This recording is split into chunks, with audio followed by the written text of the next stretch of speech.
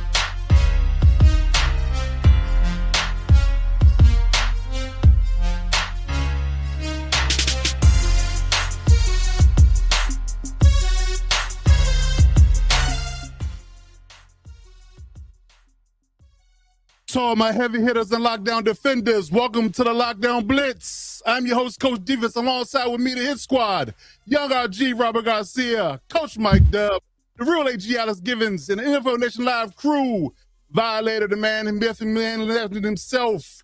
Gentlemen, what's happening?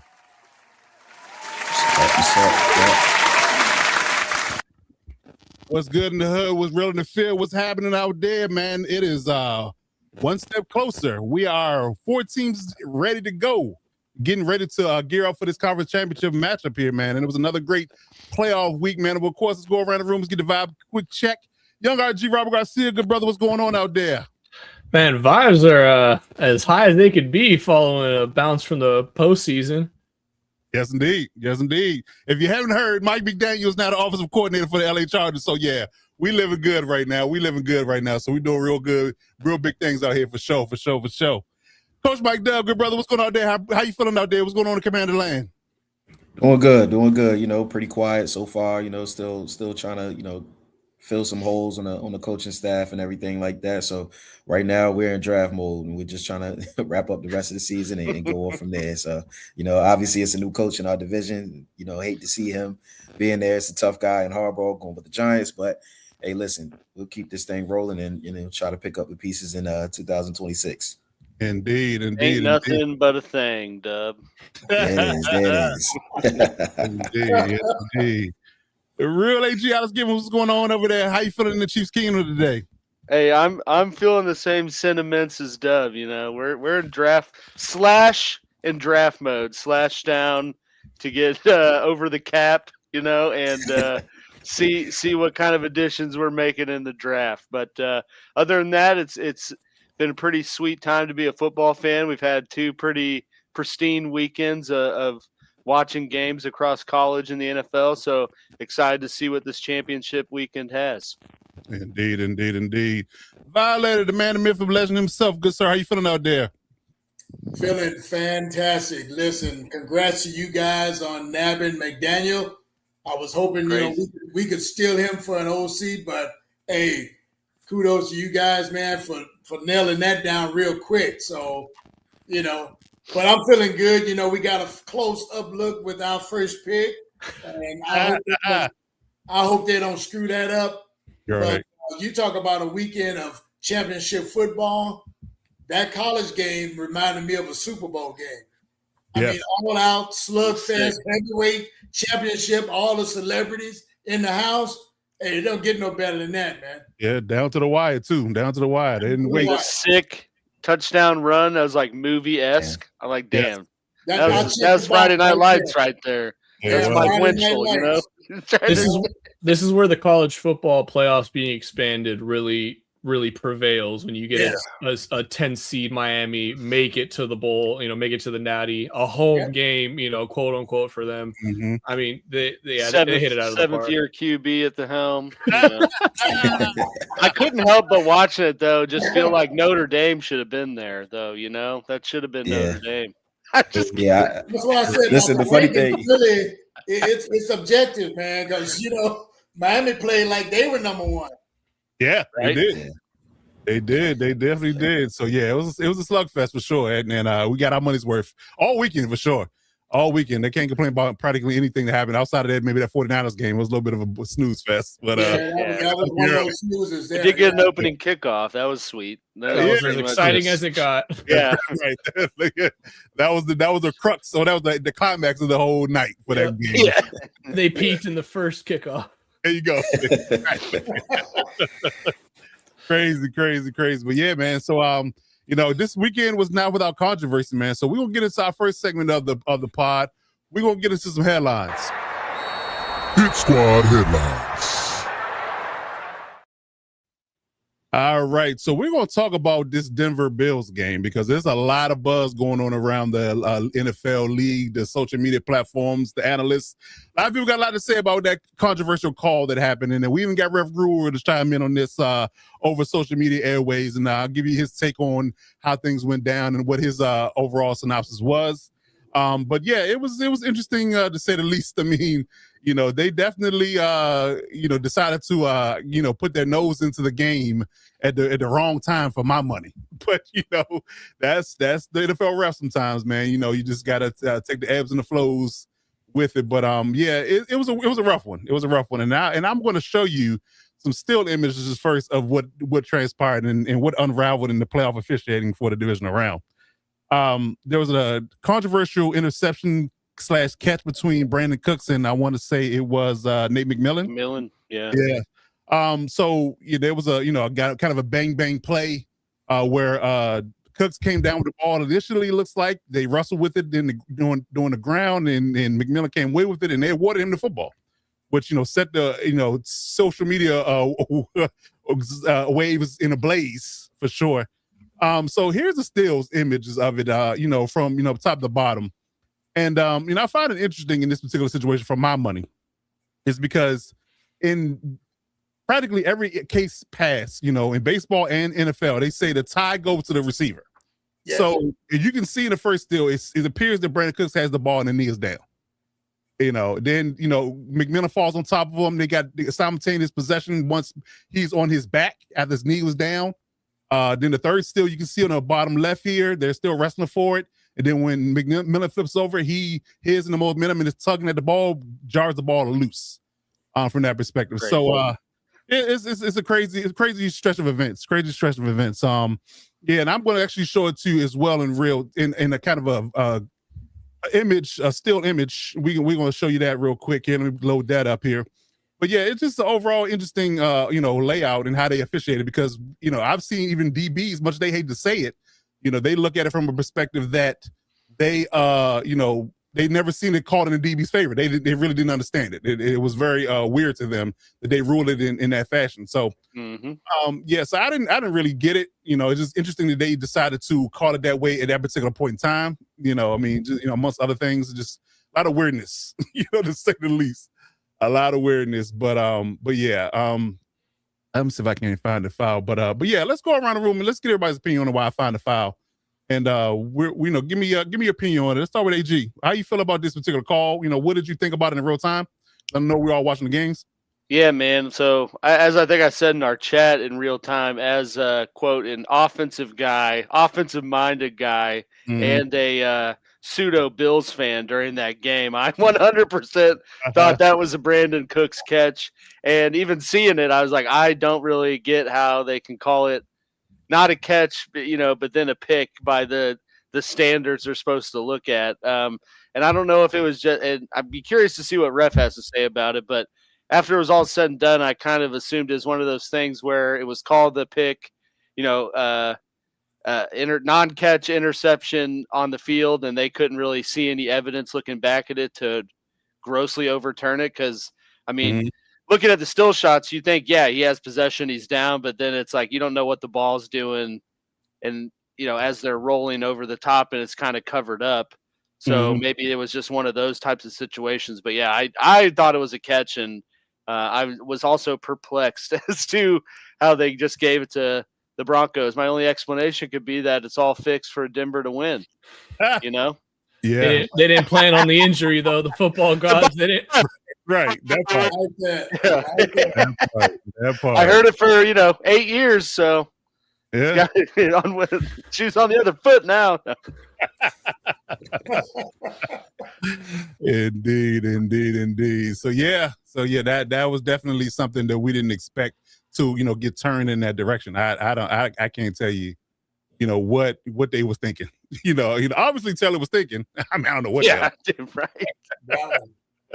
Definitely, Kev, that index card. I'll never forget that. Oh my God. Yeah, I mean, and this is it in gift form in real time. Like, and what's funny about this situation is that you see the same exact bang play in the Rams game, and they called it Devontae Adams immediately down. Like he literally caught the ball, his knee hit. They were trying to wrestle the ball away from him after his knee hit, and they called it a completed pass to him. So I guess my overall issue with this whole situation is that they don't officiate it consistently, and I think refs beef as well. There's a lot to be desired when it comes down to them officiating it fairly and officiating it consistently. If you're going to keep calling it one way and don't just up and turn it, and especially in a high stakes game like this essentially decided the game here. Because if he catches the ball here, the Bills are in control and they win the game most likely. Oh yeah. So you gotta put that into perspective as well. But yeah, I'm here to tell you, gentlemen, I didn't like just man. Buffalo just gets screwed in like just so many unique ways. What Ref just said though, either caught it or is down by contact. So both of those happen and they still overturn it. Right. So that's the inconsistency that drives us crazy. Exactly. He survived the ground. He caught the ball, survived the ground, knee is down, so he's automatically down by contact. Yep. Then he rolls over and it's all different. Oh, that's an interception. Get out of here. Indeed. But anyway. Yeah. So anybody else? I'm going to show Ref's tweets here too, by the way. So he is in the building, by the way, if you're listening in the chat. But just a weird dynamic. In all honesty, weird dynamic. In all honesty, I don't understand. Oh, that's McDermott's fire. Where's rest? Okay, I didn't put it up there. I'm tripping. Okay. I'm like Alex said. They got this out for Denver to win, going all the way. So. It's the only explanation, really. Yeah, right. When you boil it all down. Yeah, it's an interesting thing. I'm curious to know if instead of it being an interception, if he would have dropped the ball or if the ball would have hit the ground, say at the same time that the defender came up with it, if instead of that would have happened, if the ball would have hit the ground, would you guys be okay with it being incomplete, or would you still say he caught it and was down by contact? The ball came out after his knee was already down. I think down by contact would overrule anything that happened after that. Yeah. Okay. Because if you're making the argument that as soon as his knee is down, anything that happens subsequently after that, it's if the defender rips the ball out, or if he lets go of it, at that point he's already down. But the only thing I can see, and I'm not even trying to play devil's advocate here, I fully agree with you guys. I think this should have been a catch by Cooks down by contact. The only argument you could make that this play or this ruling stands on is if you're saying they both simultaneously caught the ball as they're tumbling, nobody has possession of it, and then as they come away from the tumble, McMillan comes away with the ball. That is the only explanation for that, because any other explanation for that, it's Bill's ball down at the, what was it, like the 12 or whatever? Yeah, it was close. Definitely red zone. They're winning the game. Yeah, exactly. They're winning the game. Exactly. So you can see on the screen here, Ref had a few things to say. He said, first of all, to the network handle, he said a few things about the Buffalo-Denver game. The game was not called evenly. I mentioned that I didn't think the field judge should be officiating in the playoffs. he shouldn't have a job in the ASFL. I can tell you that. And the NFL has an issue with surviving the ground nonsense. That's part one. Yeah. Part two is as a comparison, a car has to stop at a crosswalk when people are in the crosswalk. But when you don't have to wait until they get home to proceed, the NFL can't use the down by contact and then say Cooks didn't make a catch. Go down with possession, and then Denver gets the ball, essentially. So, he definitely had an issue with how it was called on the field. And that was the only one, for, he have a long litany, CVS receipt like litany of examples of them giving it to the offensive player. And this one particular one that decided a football game in the playoffs, decided who goes to the next round. It's a rough one, man. It's a rough one. And you just crucial time. Yeah, fuel to the fire about the conspiracy theories and said the NFL is rigged and the betting aspect of it. You got a lot of those things that's going to clearly keep coming up because you keep having these issues. You keep seeing them too. So it's not like they keep coming up. They're there all the time. We're spotting them. And even the broadcasters mentioned that. They were like, usually that play goes to the offensive guy. Yeah, exactly. It's rough watch. Definitely a rough watch. Yeah, I wish reference here for this question. And I'll ask this again, in the future. But it might have been brought up already, but it's just weird to me that refereeing is not a full-time job. Well, it's a full-time job, but they have other careers and other things that they do. Right. So I'm curious if people, if ref or other people in the community think that plays a part in the lack of consistency, just because it's not a 12-month, 20, you know what I mean? Like, just like players have off seasons and things like that, I would think that, the officiating for the NFL could use the off season to kind of get on the same page as far as, consistency. Because honestly, that's really what it comes down to. It's not all the time. And coach, there's coaching the game. Sometimes we don't even necessarily care about what was called. We just care about it being called both ways. Yeah. So being called so that we know, as long as it's consistent, you can coach to it. And when it's not consistent, you don't know how to coach to it. So, whether it was ruled a catch, whether it was ruled down by contact, interception, whatever, I think everybody would be able to digest it a little bit more if it wouldn't be called, 16 different ways in 32 different games, you know what I mean? Or whatever the case is. So, you know what I mean? Like, really, if this play happened in every game, it could be called either way. So I'm just curious. But there's we go, ref. So yeah. So for this to be, for this to be a billion-dollar, multi-billion-dollar industry, how do we not have full-time officiating? It's a side hustle for the refs, Yeah, that's kind of. Hey, Tom, I got to get out of here. I got a divisional game Sunday. Yeah. Hey, right. From the Just have that report to me by Monday, Bob. Yeah, will do. TPS report. Yeah. What are you doing on the Peterson account? There you go. Right. Yeah, it's so awkward to me. So yeah, I'm wondering why that's the case, why it hasn't been changed, and if there any future for it to happen, and going forward. But we'll see. Yeah, and like I said, we'll get clarity with ref. In the future, we got some off-season coverage to do with him as well in regards to refereeing. But just from what our conversation throughout the season, I can kind of summarize what I feel like he's been saying is that there's a lot of problems here. It's not just one monolithic thing that you can do to correct the issues, right? He talked most recently about the fact that the referees being selected in the playoffs aren't, their normal crews. They're selected from different areas, so they haven't worked together at all throughout the season, most likely. So that's a problem, in my opinion. Not having the same continuity or consistency or synergy with the group you've been working with all season long. I think that's a problem. The fact that they aren't full time isn't a problem as well. And the fact that, he harps on training, like regardless of being full-time or not, if they don't have the proper training and use the proper tools and use the proper, technology to officiate these things properly, it's not going to pan out to be a better, officiating game. So I think that's the, biggest, top three problems that they have right now in officiating as a whole, but yeah. And like you say, for as big an industry as the NFL is, and with all the resources, some of these refereeing crews look like they went to YouTube right before warm-up and how to. Yeah. Right. How to ref a playoff game. What is PI? Yeah, exactly. Oh, shit. Oh, crap. I should have called that earlier. I'll do it now. You're right. Yeah. Let me leave this with another. Oh, my bad. No. But because even if they come from different areas or they haven't worked together, football is not like working a trigonometry, problem. It's what you seeing, and you know the basic rules that apply to what you see. And between 7 guys, you can't get it right. I don't know, man. Yeah, that's the crazy part. That's the crazy part. Yeah. And you got 7 guys plus. Anybody got anything else on the topic? I was just gonna leave the topic with you got another New York question. Assist and the 7 refs. That's what I was going to say. You know, we've seen times this year where the home office is called down to change a call. You know, especially on turnover type plays to give the ball back, and we did not see that happen in this game. Why not? It's a high stakes game at that. That's the crazy part. This isn't week 8.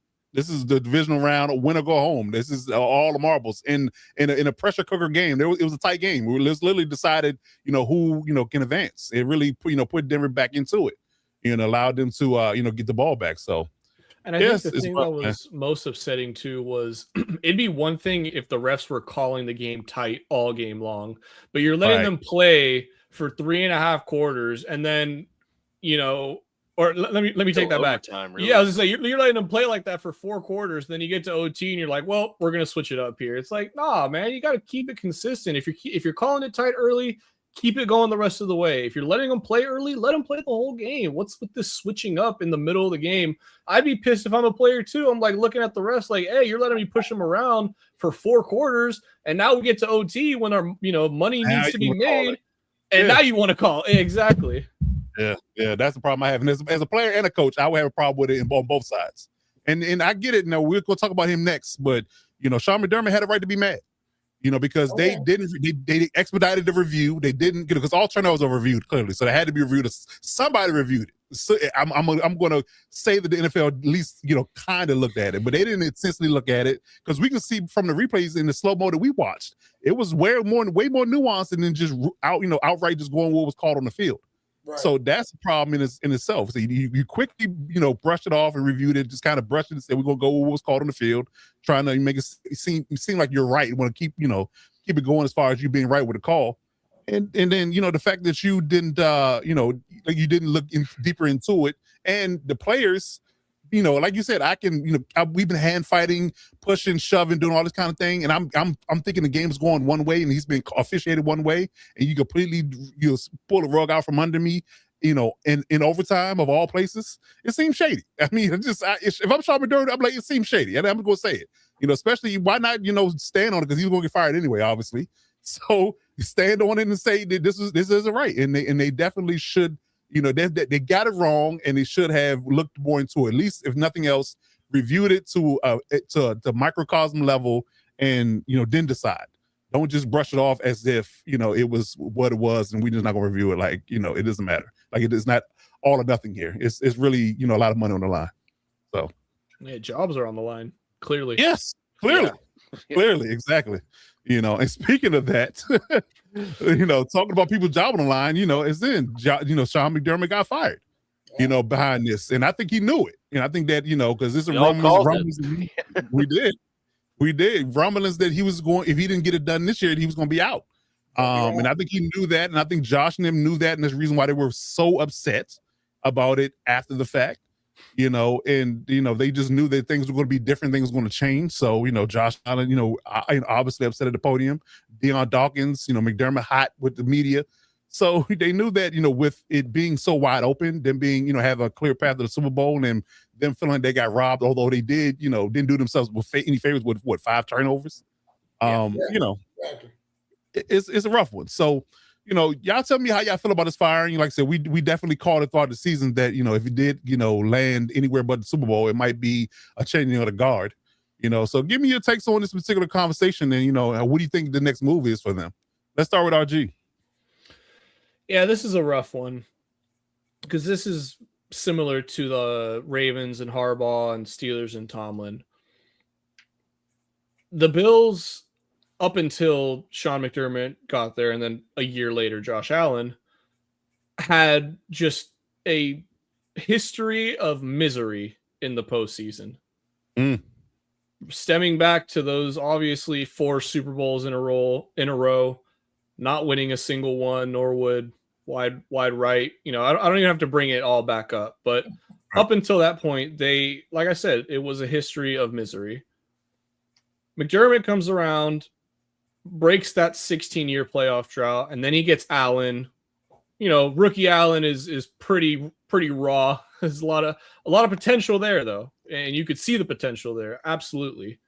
And now they go on this, insane playoff run, and here comes Allen winning an MVP last year. So many good things that went right for them and really turned this franchise around as far as how the NFL views them. That all being said, this move needed to happen. There was just too much rumbling, or under the surface.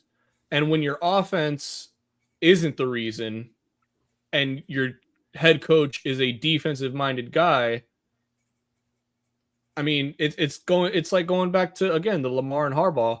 Who are you going to pick? A 50, 60-something-year-old head coach or a 20-something-year-old MVP quarterback? It's a pretty easy decision at the end of the day. Yeah. Great point. It's a great point. So yeah, I definitely agree with that. Again, you keep running back doing the same thing, is the definition of insanity, right? Yep. So yeah, if they do, I guess you can say they'll have any drop off or they improve from here, depending on what the coach is, it's going to be telling for McDermott that, he was just getting stale in a sense, because again, him being defensive coordinator, defensive coach, defensive minded head coach, his defense weren't, up to snuff in a lot of cases. No. They had some misgivings in that space too. So, injuries aside, they had some schematic problems there. So, that definitely was a red flag as well. Not to mention that it seems as he was at odds with Brandon Beam because they fired McDermott and they elevated Brandon Beam to a higher role. He got a higher paycheck. That was a mistake, by the way. I agree. Yeah. I agree. What I'm seeing reports too that he got fired because he criticized the roster and was like, basically said to Bean and the owner, like, this is not a Super Bowl roster, and they didn't like that. So yeah, probably decided from there, like, he's either going to make it or he's out. Pretty much. We'll find out. Bust for you, buddy. Yeah, pretty much it. What you got, Dub, on the topic? Do you feel like they were justified? Do you feel like they made the right move? All right, so I'm going to put on my cap hat right now and give, I guess, a little history lesson. Okay, but this, I think what the Bills could see, and what this reminds me of is Tony Dungy and the Buccaneers in the early 2000s, and where I think what settled it and what made them pull the trigger is because they probably have a candidate that they have there that they feel like could take this team to the next level, and which I would assume maybe Brian Daboll, local guy, obviously had history there, and I think that all those things that you guys talked about, of course, played a factor in it, but the deciding factor was I really just think that it's a grass is greener type thing where I think we have somebody that could be just an overall better fit. They're starting a new stadium next year. What better to start it with a fresh start? I wouldn't be surprised if we saw them with new uniforms, just a whole new rebrand. You know what I mean? Like let's get the local kid. You know what I mean? So, what could that mean for Of course, it's still a business. So what could that mean for jersey sales, new fans, new all this other stuff like that? This isn't the same old Bills that have been to 4 different, Super Bowls that can win, that have been to the playoffs and keep losing them up. Like, they want to completely rebrand so that people are not giving them that moniker of the team that can never get it done. And I think in order for them to do that, they feel like they have to just start from scratch with the head guy, still keep the same, culture and team, which is why it's not a complete shape up. They're bringing in somebody who has familiarity with the team. And I don't know, it just reminds me of that situation. I remember, being a kid and thinking, how would they fire a coach that's been winning and been to the playoffs and the winningest coach and recent his took them from not being relevant to now being a perennial winner. And honestly, as you get older, you see things. I think they see a coach that they may love, and who knows, it might not be Daboll, but either way, I think that this is grass is greener type of thing, and I think they want a fresh start with the organization while they can, because they don't have to reshape the whole roster. They have their quarterback, they have their core. So while they have that, I think they want to try to strike while the iron is hot. And, of course, who knows what the AFC is going to look like next year. They may have, they may be able to face the AFC without Mahomes again, Lamar with a new quarterback, so you never know. I think they want to, their goal is definitely Super Bowl. So they're trying to find somebody who can take him over the top as soon as possible. I like it. And Josh Allen getting great. He turned 30. So, he's in the apex of that prime. So, yeah, you might want to strike while the iron's hot. That's for sure. That's for sure. Yeah. Okay. Yeah, I called a day ball move too. So just put that back in the stratosphere. So we'll see. Now that Charles got Mike McDaniel, I would love for him to go to Buffalo and see what happens there, because Josh Allen absolutely loves Brian Daboll. He said it multiple times. So it'll be a good fit. We'll see if they pull the trigger though. All right, AG, you up? How you feel about this move, and what do you think they're going to do next? Yeah, man. Mike Dove actually took one of my talking points. Damn it, on the history lesson. But no, I mean, I agree with that. Like what RG said. It's certainly just seems odd when you look at it on paper, but it was a move that needed to happen just with how the team and how things were going year in and year out. And I think like the Dungy situation, move on to Gruden, or like, more recently, like Denver firing John Fox for Kubiak. Like they just needed that guy. Like they found the coach to set the culture and set the standard, but they need to find the guy to kind of get them to that next level, over the championship hump, if you will. And that's why I mean, when I first saw the firing, I'm like, well, who's the plan? Like, I mean, as everyone says, like, don't move on from a routinely successful coach unless you have a pretty solid plan in place. And I'm like, at this time, I mean, the big market items like Harbaugh, the big names like that are kind of out of it. So I agree with the Daboll assessment from the fact that it's familiarity and someone who Josh Allen was very successful with, and is kind of the flip side of McDermott was the defensive minded guy. Like, let's go with an established offensive guy and see what kind of new flavor that brings. But yeah, I mean, their window is only getting smaller, so they have to do something while they're still in it before they're on the outside looking in. That's for sure.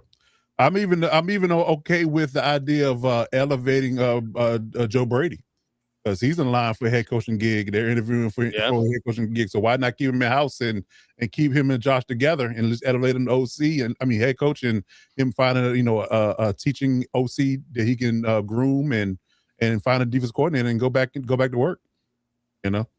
We'll see what they do, but I mean, I like either one of those options. If they pull a trigger on either one, I think it's a pretty good move. Yeah, keep Joe Brady and hire Raheem Morris as your DC, and now you're cooking. Let's go. Let's go.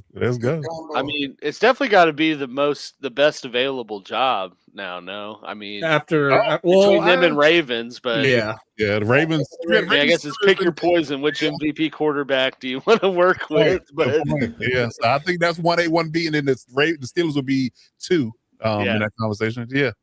Okay. All right, Violator, how you feel about this conversation? Do you think they made the right move? And you got any sneaky guys that might think they will take the job if they don't go with the guys we mentioned? What I'm looking at, gentlemen, is an exorcism.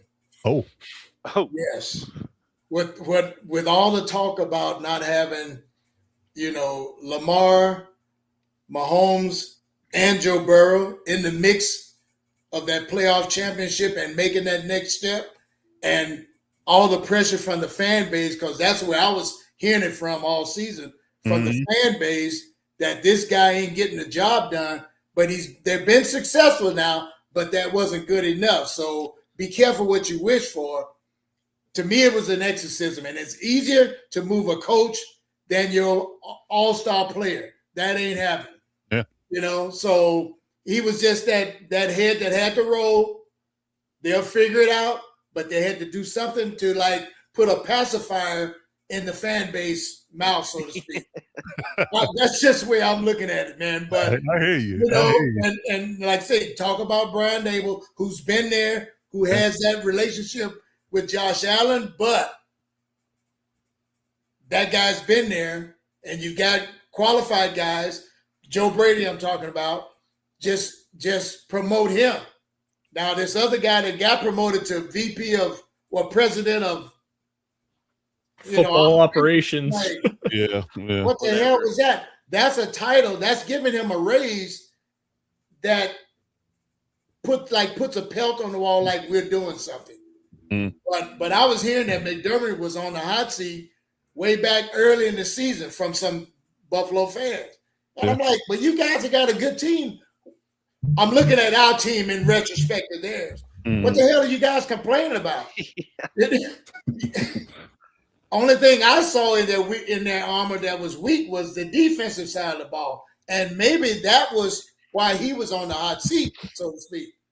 But the whole talk about Josh not getting over the hump without the other three alphas in the room, you got an exorcism that took place. Yeah.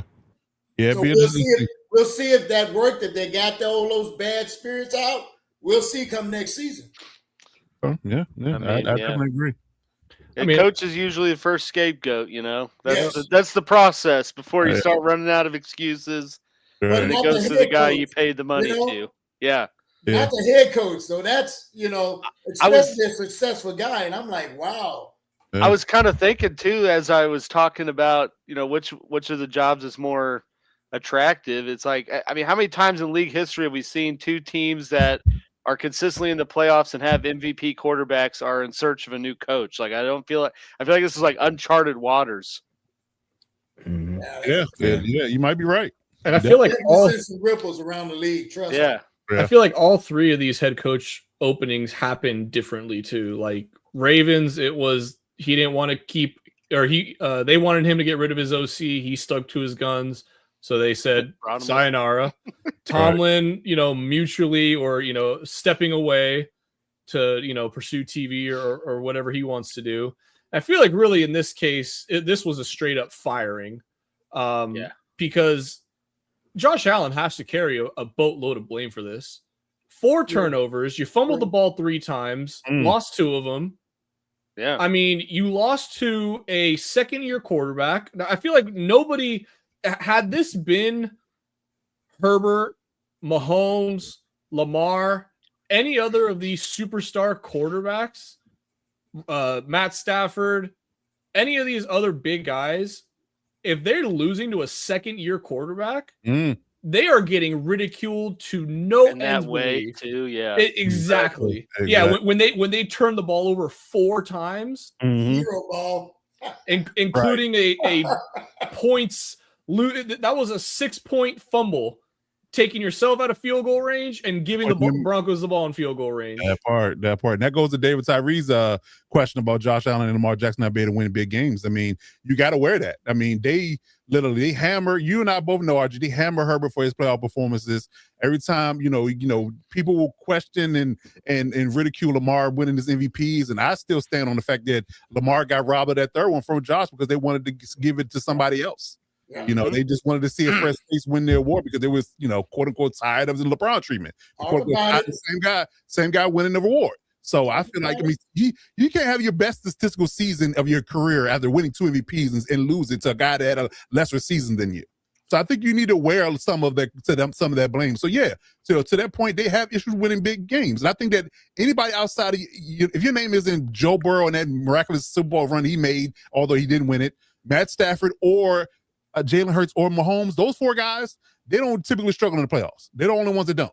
Everybody else has issues. Trevor Lawrence struggled, Josh Allen struggled, Lamar Jackson struggled, Justin Herbert struggled. I mean, you name it. All the quarterbacks that are in the top 10 that wherever you rank them, if they got into the playoffs and they've had struggles. So until you do win it, because Peyton Manning and a bunch of other quarterbacks, went through this. The only person that really didn't go through a lull in winning playoff games was Tom Brady. He's like the only one. He's the only one that didn't have an issue. Came on the stage and did not leave. That part. And so he was done. So I do believe that these guys had, but you have to dole out the criticism equally.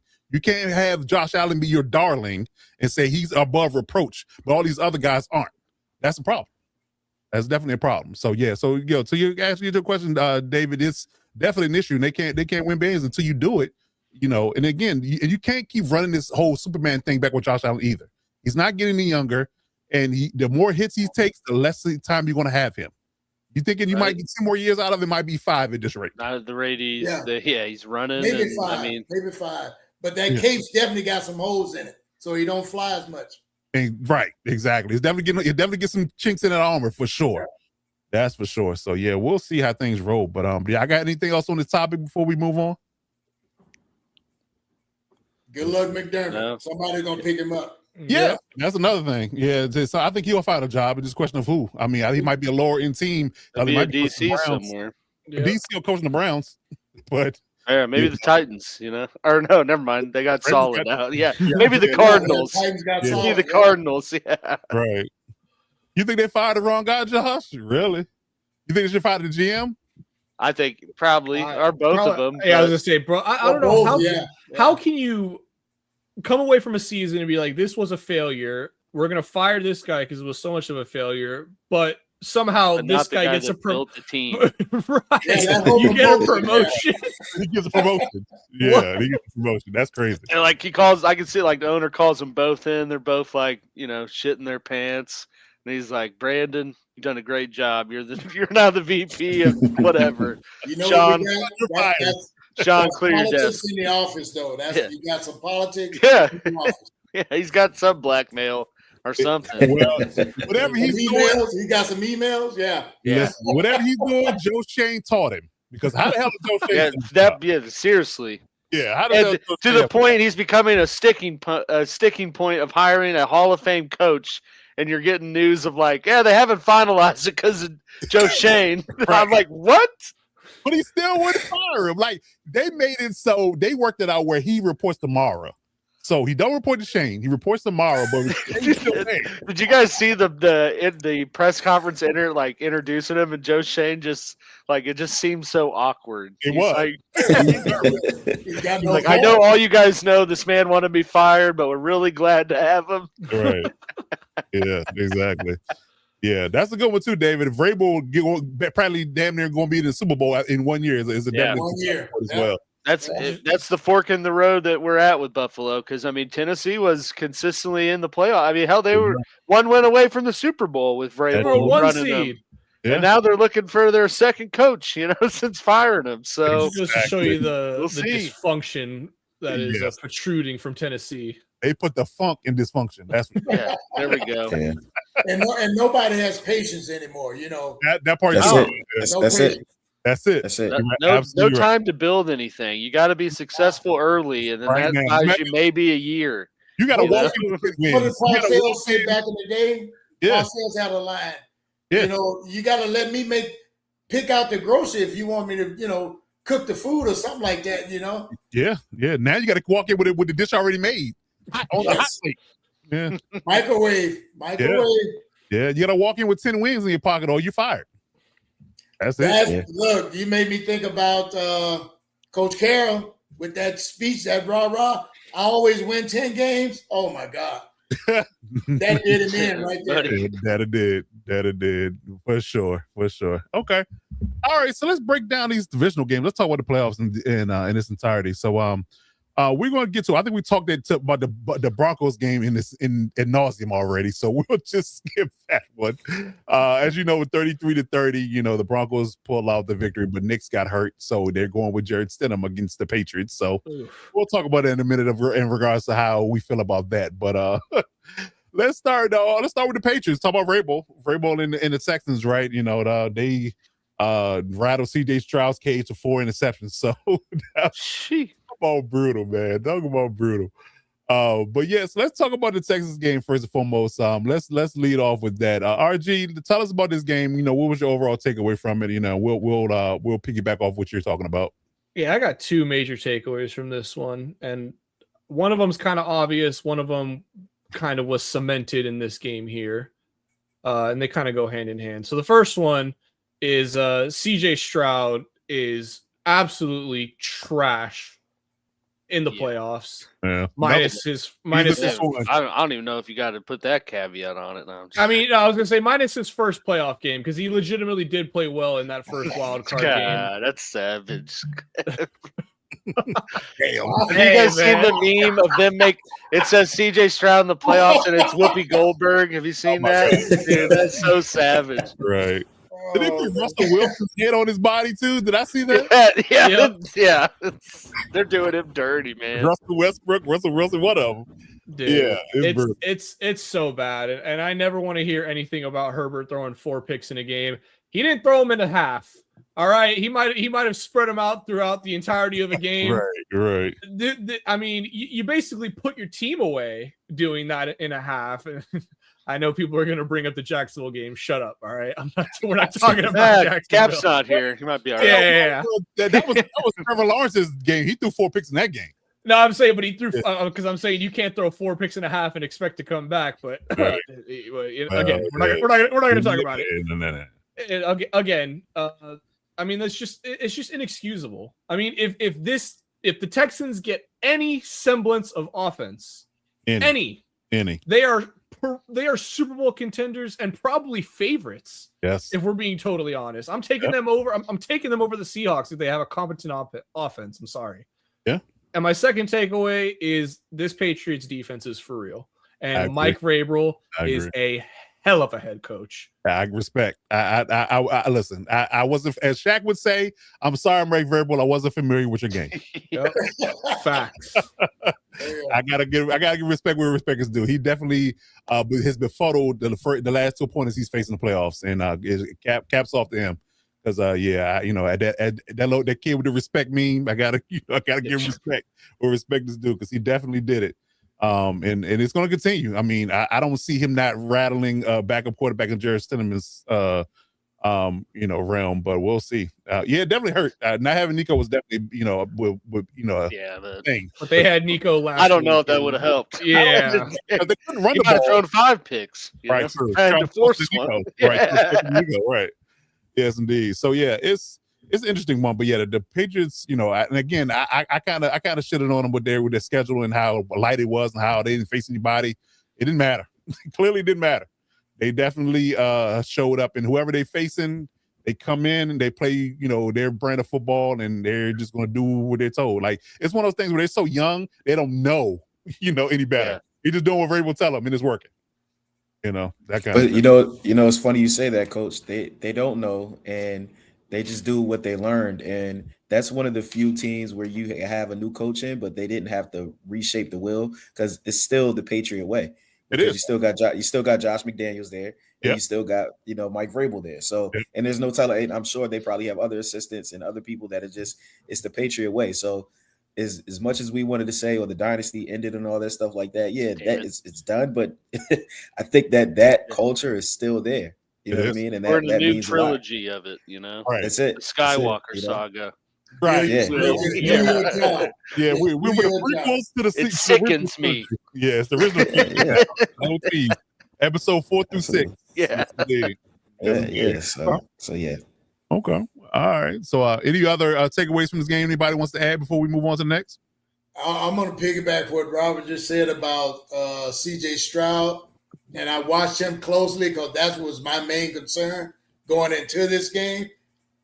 The kid gets rattled easily. He does, and you can see it. And if I'm sitting 3 feet across the line from him, you're looking in his eyes, and every now and the camera he's like a deer in headlights. Because he's seeing so much and he's almost in panic mode before the ball snapped. Mm-hmm. And New England went right after him, right off the gut. Just sort of like in the college game where they set the tone. It's going to be this kind of day. And he was already wrinkling up like a plastic in the oven, just wrinkling up. Yeah, wow. That's a good one. They didn't have a chance, man. Yeah, that's a good one. And I'd say one sneaky thing about, it's a little bit football nerdish take what I'm going to give, but C.J. Stroud is, although he is a mobile quarterback, he wants to be and loves to work from the pocket. And from a mechanics perspective, he has to and wants to be set when he throws. His all-platform throwing, he does not like to do it. Yeah. So the fact that he is being thrown off his spot by, consistent pass rush, and his O-line isn't doing many favors and being banged up and porous throughout the year was, clearly, messing with his confidence level. Because again, if I'm clean in the pocket and I can step and throw, my balls are accurate. Pause if needed. If I don't, my throws are all kilter. I throw interceptions. I throw incompletions. I'm inaccurate. So that's what C.J. Stroud needs to improve on, his off-platform throwing. Because in this league, the way pass rush works nowadays, interior and edge, you're going to get pressured. So you got to be able to, and the quarterbacks that make money in this league can throw off platform and can throw, balls that don't necessarily have to be feet set, arm straight, torque from the hip type of, vibe. So if he can't get that straight, he's going to continue to struggle. People are going to understand the book on him now that if I can get him off his spot, he's ineffective.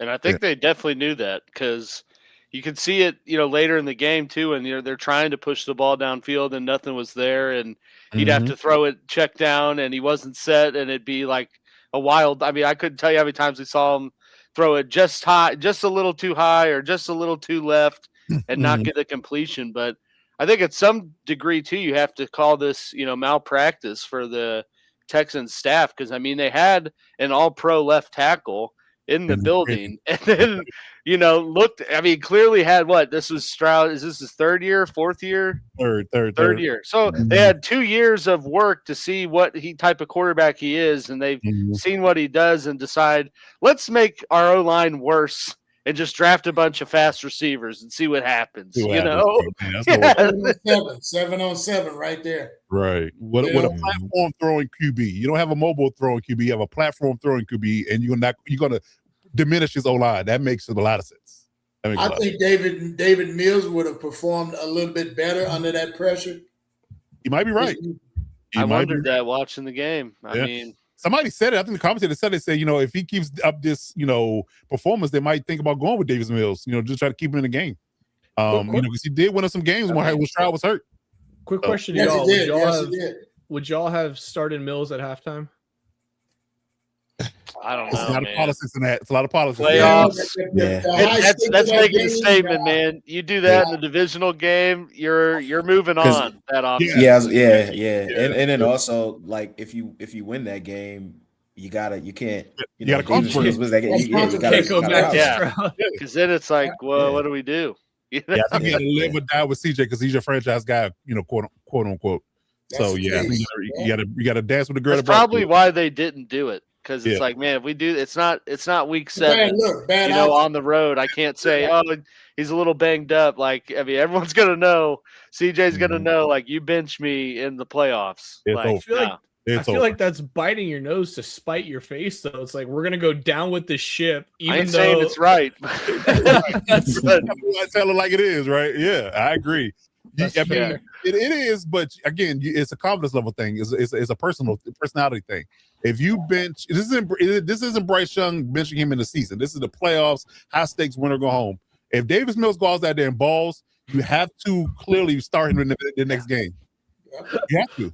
I want to see the universe where Davis Mills goes out there and turns that game around. Wins it. Yeah, I know, right? Multiverse type shit. Yeah. Well, after CJ performance, don't you think David Mills is thinking that in the back of his mind? I can beat this guy out. That's what he went home, told his kids at dinner. Right. Just put me in. Daddy started because the fact remains, I mean, despite the 4 picks, they were in that game up until, pretty close to the end. Their defense that time, like I said, Stroud keeps getting the defense's way. Take the pick 6 away, you're within what, 5 points? Yeah. So it's rough. Again, there's a lot of politics. I mean, you took him 2nd overall. You got to ride with him. Back in the guy you took in the 4th, 5th round, you can't do it. Not in the playoffs. You do it in the regular season. Not the playoffs. Bryce Young had a better season, right? Under that contract that he's in. Yeah, he got a 5th-year option too because he's a first-round pick. So he got this year and next year potentially. Gotcha. Okay. Yeah. Bryce Young had a better playoff run, and he only played 1 game. Oh my god. I did see hella tweets after the game of like, well, at least the Panthers figured out they were right. I'm like, damn. That's crazy how the world turns, man. Just 2 years ago, season, man. They fired Frank Reich just because of how good CJ Stroud was looking, and literally. That's crazy. That's crazy. Okay. All right. So, any other final takeaways from this game before we move on to the next?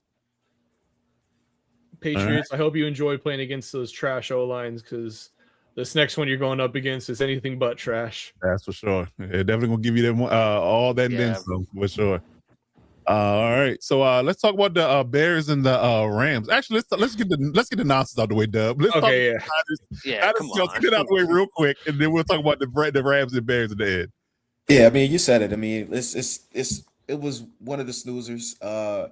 And I mean, there's a few things you could point to that kind of led to this thing getting out of hand. Obviously, the opening kickoff, going against this team in that stadium to give them that momentum, you're already, now they got the 12th man going crazy. You start out the game, down 7 before you even hit the field. It's Right. it's just a bad situation to be in. Then the 49ers get the ball on their first possession and they go for it on the 4th down and they call this like an option, a triple option with use check or something like that. Like it's just they're just trying to get too cute. You know what I mean? And now Right. you get turn over the ball on downs. So it was just a few different things that led to that. Then also they go in, they got a big turnover. Listen, it was an ugly game, and all it was to me, it was just symbolic of a team that they ran out of gas. You know what I mean? They're like Yes. they're missing Ayuk, they're missing Kittle, they're missing Fred Warner, they're missing Bosa. How do you come on, man? Like it gets more and more, and I'm sure I'm missing some players that that they're missing as well. Yeah. But just if you rattle off those names, you can clearly see chemistry wasn't there. They couldn't really get going offensively. Look, I think this might have been McCaffrey. He had to be probably 80 to 85% of their offense that they generated at all. Absolutely. You know what I mean? Yeah. So yeah, you can't sustain that in the playoffs against a divisional opponent that's seen you twice, that was well rested, that was well prepared in their home stadium. It was just too much that was mounting against them. And it was inevitable to me that the Seahawks are going to win. It was just I didn't expect it to be that big. One thing I will say is with the Charbonnet injury, obviously it's something that sucks and you hate to see. But boy, did that open it up for Kenneth Walker and anybody who, some people play fantasy, so they already know. It's like Kenneth Walker could be the bell cow. He could always be the bell cow. It's not a thing of, like Charbonnet is taking, it can do things that Kenneth Walker can't. He's a more power runner, but there are some runs that Kenneth Walker made happen that I don't think Charbonnet would be able to make happen. Some shiftiness, some things that he was able to do. So I don't think that necessarily puts them at a severe disadvantage, just because depending on how they're going to use Kenneth Walker going forward. Like I said, there's some runs and some home run ability I think that Kenneth Walker may have that Charbonnet may not have. So we'll see how they adjust to it. That's the biggest loss that they took from this game, is losing Charbonnet. But overall, they really stepped up. The last thing I'm gonna say, then I'll let us move on, is you gotta give credit and you gotta shout out Gray Zabel. And I wish I could do like a cut up. Gray Zabel has been amazing, and he's a dog, man. And I know there's no chance at an offensive lineman winning offensive rookie of the year or anything like that. Right. But he's been one of the best. Yeah, he really has. And people don't realize that the running lanes that he opens, just the difference that he makes getting to that second level. He was amazing in this game. He's been pretty good all year. So yeah, I'm excited to see him. And look, Alex, I know you love the big guys. I had to give him a shout out. But yeah, it's just fun to see. So I'm looking forward to seeing them in that D line them in their O line against the D line of the Rams. So yeah. Oh yeah, gonna be a good one. Paint scraping right there. That's what's coming. Yeah. Talking about Zabel, I think he made the all rookie team for this year. He was one of the guys. As it should. Yeah. From North Dakota State too, man. North Dakota State. Yeah. How about that? Powerhouse program if you follow FCS. Yeah, But, definitely. I mean, I think they win a natty like every year, or at least they're in there. So Definitely running. So yeah, definitely. I had to give him a shout out. I know he doesn't, offensive linemen don't get a lot of love, especially interior offensive linemen, but definitely got to give a shout out to Gray Zabel. He's definitely a star. Yep. You sure protector of the year? It's crazy that the Seahawks have only had to play their divisional opponents in the playoffs. I just kind of realized that. Yeah. And they played the 49ers the last game of the regular season, so they just got to sit around and play divisional games the last few months. That's wild, man. It's wild. But you know what? They know each other so well. Too, oh yeah. So there's a small margin of error either way. Man. But in this one, they just, like you say, they were the Niners had the MASH group out there. These guys were rested, healthy, and they brought the heat once. The MASH group. They did. They were depleted, man, and it just showed once that D got going, and that, like say, the 12s got revved up in there, it was game over right there. Yeah. Yep. Yeah. And David, a quick fun fact about this: Jarrett Stidham was actually supposed to be the heir apparent of Tom Brady. Yeah. What? Clearly, you see how that worked out. They drafted Jarrett Stidham to replace Brady. Didn't he go to Vegas to be with McDaniel? Yeah, he was there with us. Yeah. He did. Yeah, McDaniel took him with him, and then he ended up with Sean Payton. Yeah, we will get to that, but I got a feeling that Jarrett Stidham is going to surprise a few people. I'm not saying they're going to win, but I think they're going to have a really button-up game plan for him to be successful in this game, especially with that defense. So yeah, the Patriots did not sleep. Manage the game. Just don't lose it. Just don't lose. Don't CJ Stroud. Yeah. Well, they got the O-line to protect him. So I mean, hey, you give any quarterback that's in the NFL, getting to the NFL is one of the toughest things to do. You give a quarterback that's in the NFL time. Any quarterback will pick you apart if they have time. Agreed. Okay. All right, so we'll move past the butt whooping of the weekend, but let's talk about a snoozer. That was a snoozer. I will say though, shout out Rashid Shaheed. That has to be the key move at the deadline because I mean he has been a game changer, especially later in the year. I mean, what does he return like 3 or 4 kicks in like the last? 5 weeks of games. Like he's been on a good tear. He's been the only one to return a punt and a kick this year in the whole entire league. That's crazy. And everybody's looking for one of those. Absolutely. I mean, hey, he didn't do anything else in the game. He didn't need to. He won the game himself. Yeah. His touchdown was the winning score. He is modern day Devin Hester. Yeah. Yes. There you go. You remember what he did in the What's that joystick guy too? What's that joystick guy? Dante Hall, man, the X Factor. Come on. That's it. Okay. Come on. Good stuff. All right. Josh Cribbs. Still got nightmares. Josh Cribbs. Yeah. He didn't get his lights turned out by James Harrison in Pittsburgh. Yeah, he did. Yeah. He won the same after that. I always think of the league with Josh Cribbs when he's with the Make-A-Wish kid to try to like I remember that. Interception, Josh Cribbs. Josh Cribbs don't do that. Third person. Yeah, that's good stuff. That's good stuff. Oh, man. All right, so the barn burner. We had 2 OT games this week. That's crazy. That is crazy. Yeah. But Rams and Bears violator. Tell us how you felt about this game. What was your takeaways from this particular matchup? Ooh, let me wrap up. Yeah. You talk about frozen tundra. Yeah. This was it. 18 degrees with a wind chill factor in the single digits, if I remember. You're right. These 2 defenses that were grinded out. This was basically a defensive grinder out for those guys that wanted to see balls flying in the air. Wasn't going to happen too much that day because the ball's so damn hard. Mm-hmm. And this, though, my key points was that the Rams defense, like I figured, was going to be dominant in this game. And they made Caleb earn every throw that he did. He earned it. That's for sure. Hell yeah. Basically they were running back and forth, trading punches for 4 quarters. And, Caleb does his 50-yard off the back foot, like we were talking about, wasn't on platform, off his back foot, 50-yard burner right in the corner, to his receiver to tie the game. That's when it got interesting to me. 18 seconds to go. I'm like, we're going in overtime in this bad boy. So in overtime, of course, the Bears get the ball. They go down. They're very inept in moving the ball. So they end up, I think, punting the ball. No, I take that back. He threw an interception. And so the Rams got a second win, and you could just see it in Coach McVay's eyes and Matthew Stafford. They kind of looked at each other like, if we don't do it now, we don't want it. And I'm like, they're playing just basically managing the game. But he threw like 3 great passes and that one by Puka Nacua that put him in field goal range, man. I'm like, game over. And that's all they wanted was to get in field goal range.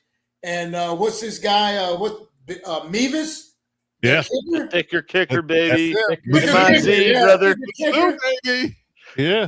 42-yard needle right down the middle. And I'm just like, man, 250-pound kicker, dude. 250-pound kicker. Well, we had one too now, so Janikowski. You had a much better one. I will give you that. Yeah, Jano was no little guy. Trust me, he looked like a D tackle to me, but he did. Hey, if that was his skill set, that was his skill set. So, but basically, it was a heavyweight fight, and like I say, the team that made the mistake at the end, it cost them. That interception sealed the game right there.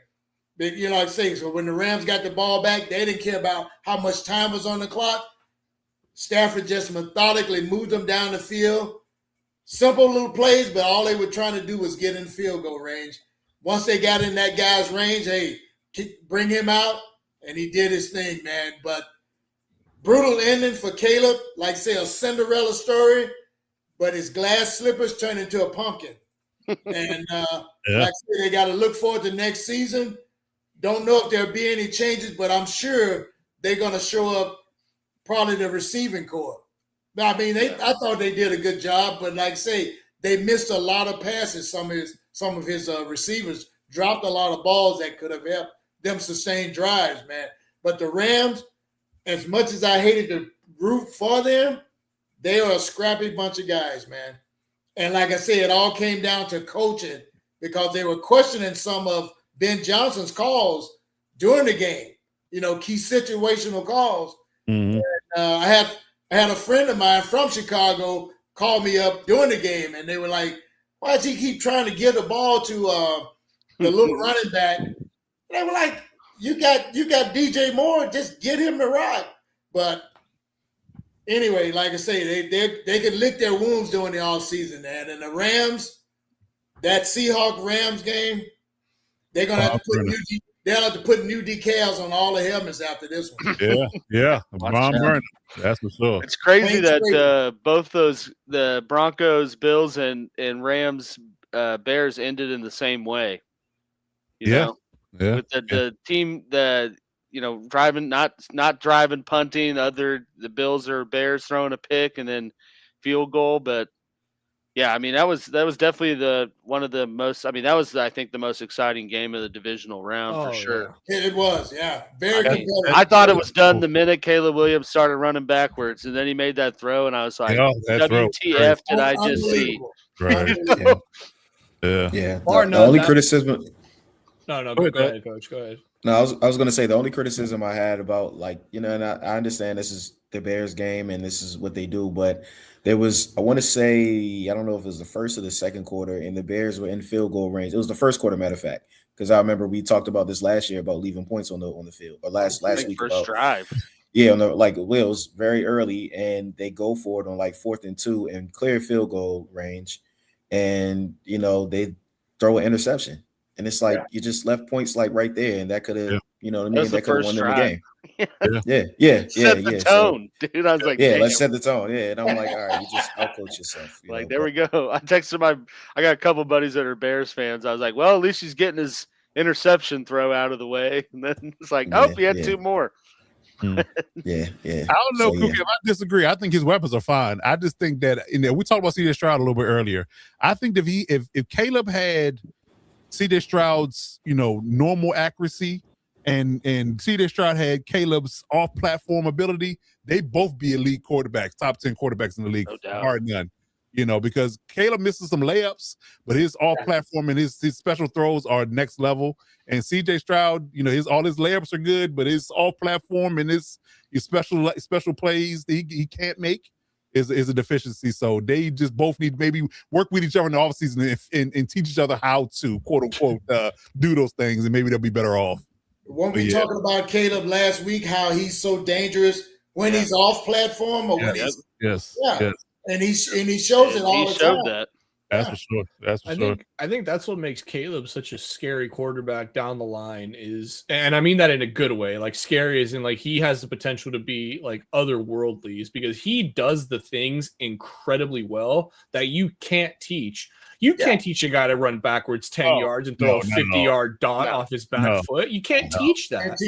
That's God-given talent. And if he's getting those plays down, and if he figures out to Coach's point, the easy layups, the check downs, and he gets that accuracy on point, coupling that with the ridiculous play potential, I mean, dude, we talked about that division being brutal. He might make that division his bitch if he just keeps doing this. That's for sure. You I right? mean, they got the right coach pairing. So I mean, they answered a lot of questions and checked a lot of boxes this year. It's how they build off of that, you know. Yeah, I agree. And the defense is pretty good too. That and listen, with them fixing the offense last offseason, all they got to do is spend their draft cap on their free agency money in defense this year, make that defense side of the ball elite. Because I think Dennis Allen did a bang up job with what he had, and that pass rush was way better than I thought it was going to be. Ramp that up, get some more guys in the building, maybe another safety, maybe another edge rusher, and let's go back to work. Let's go back to work. Their biggest problem was just against the run because they were just having to bring 5-6 guys. I mean, consistently to stop the run, and it didn't. And TJ Edwards got hurt last week too, which didn't help. That was brutal injury. Yeah, I was watching. I'm like, man, if they just had like one more solid linebacker and didn't have to do all that, like they would be a pretty scary defensive unit. Agreed. Because Jaquan Brisker played in the box a lot. Yeah, as the 8th man. And he's like a ball hawk, and say he's a guy you want back there, but they can't really afford to do that. Nope. Viola, do you want to say something? No, I was just saying there's some good linebackers coming out in this draft. So it is. The scouts do their job; they should land at least one or two. I agree. Depending on how many they want to bring in. It's a really good edge rusher class too. Oh yeah, I think they got like Ruben Bain. Yeah, we ain't gonna last that long. He's going top 10. He is. I would hope not make it past 9. I don't think he'll make it past 5. Yeah. I don't think he would make it to 9, but I would hope for God he doesn't go further than that. There you go. Yeah. Okay. All right. Good stuff. All right. So let's talk about the teams that unfortunately lost. So we do a segment each and every playoff round in regards to who to teams that lost and what they're going to do to improve. So in the segment we like to call where do they go from here? So we got the Bills on the docket, we got the Texans on the docket now, we got the Bears, and we got the 49ers on the docket in regards to who's eliminated now and starting to plan for 2026 season. So let's start with the Bears since we just talked about them, Dub. What do you think they need to do? Because we kind of highlighted a little bit here, in recapping the game. So what do you think their priorities? What do they need to do to, improve and get back to where they were or improve further down the line in 2026? Yeah, I think you hit the nail on the head. Really, it seems like they got things figured out on offense. They really got the formula down last year where they built up that offensive line in the offseason. I think they can redo that whole thing and maybe tighten up that defense front seven. They were really good at forcing turnovers this year. So it seems like they're pretty solid in that aspect, the DBs and the secondary. So I'm not sure what their free agency situation is looking like, but I would definitely want to run this back with as many people as possible, bring back as much as possible. I think they're pretty good in the salary cap range. They are really set up for the future. When you think about all the young talent that they have, especially, like I said, on the offensive side of the ball. But, they're a team that they just got to stick to the course. If I'm Caleb Williams and if I'm Ben Johnson, we're going back, we're looking at the film, we're looking at all the turnovers we had, we're looking at the game management so that we understand that we have everybody we need to have in the building in order to win. At this point, it's just about managing the game. It's just about decision-making and going forward. But as far as, where it comes to the personnel and getting ready for, the offseason, I think they have very little to do as far as, switching things up. So I like where they're at. If I'm a Bear fan, I'll be excited about this roster and where the direction of the team is going. Tighten up, like you said, on that defensive side of the ball just to try to take it from good to elite. And that gives you some more versatility. Then Caleb doesn't have to play hero ball if he doesn't want to. If he wants to, he has the autonomy to do it. Whatever works best for your team, it gives you more flexibility because if you're one-dimensional, that's when it gets a little difficult. So at this point, it's just about trying to take that next level and trying your best to build a juggernaut if possible. Yeah, while Caleb's on that rookie deal, because we're looking at year 3 and on his rookie deal. So you got what I want to say 3 seasons left before you got to pay him. Yeah. So I definitely would say that go all in, do as much as possible to build around him and make at least a couple of runs at the Super Bowl before you got to dole out that money. Because I think we said it last week that once you start to pay these guys, the roster gets a little different. That corner you have, that edge rusher you have, that your safety you got that is expensive, you got to go. So they're $4 million over the cap right now, so that's not too bad though. That's not too bad. That's a DJ Moore trade away from. Yeah. Tooney restructure. Yeah, you got some money there. Shout out Tooney too, man. Playing left tackle again, holding it down. Absolutely, holding it down. Yeah. Yeah, and then Jordan McFadden playing guard for them, a former Charger draft pick that Staley screwed up. But we're not gonna get into that. But he balled out as well. He was moving people in the run game too. So get credit was due in that space. But that goes to show you when you got a good O-line coach, you develop your O-lineman that you pick, they turn out well. Absolutely. So they can redo the same thing they did last year, focusing on that D-line. I mean, focusing on that O-line and turn that attention to the defense, the defensive front seven, and they'll be cooking. Indeed. Okay. All right. So let's talk about the Bills next. RG, tell me about the Bills. I mean, you clearly got a lot to do. There's coaching, roster. I mean, you got a lot to work, a lot of turnover here. So what do you think they go from here in regards to rebuilding and getting back to the promised land and playoffs? Yeah, first things first, obviously getting the head coach. Got to get that situated. Got to get somebody who's an offensive mind. You can pair with Josh Allen and just continue. I mean, because you're going to be inheriting a fantastic offense, leading rusher, MVP quarterback, fantastic O-line. The only thing you need to improve on is probably getting a number one wide receiver for Josh Allen. And there probably will be some guys available either through free agency, if you want to go through the draft, although I think they probably want to go the free agency route because you want an established veteran wide receiver one for Josh Allen because you already have a lot of young guys kind of playing the roles beneath them. They have an excellent tight end room with Dalton Kincaid and Dawson Knox. So everything is good there. Just, I need that one wide receiver one to really cement the offense and kind of lock them in for next year. And then the defense, man, it is brutal to say the least. Got to get some, I want to say some edge rushing presence, but cool Kev with shots to the Bills. I want to say you want to go with the edge rushing position just because it is the most important defensive position. And I know Mike Dubb has, we've kind of had a discussion about this, whether you'd prefer an edge rushing D lineman or a ball hawking kind of versatile safety. I just think that they could benefit more for some more pass rush. They were 32nd in the league in rush defense this year, which means those guys up front were getting beat right off a jump. So they need to kind of bolster that side of the ball a little bit more and really just the defenses as a whole, get a couple of linebackers. I think a couple of pieces are going to be let go. I think Matt Milano is a piece that probably should get let go. Just unable to stay healthy. And I mean, when he's on the field, he's fantastic, but it's a big if whether he's going to be on the field or not. So just a couple of guys that they've been holding on to for far too long.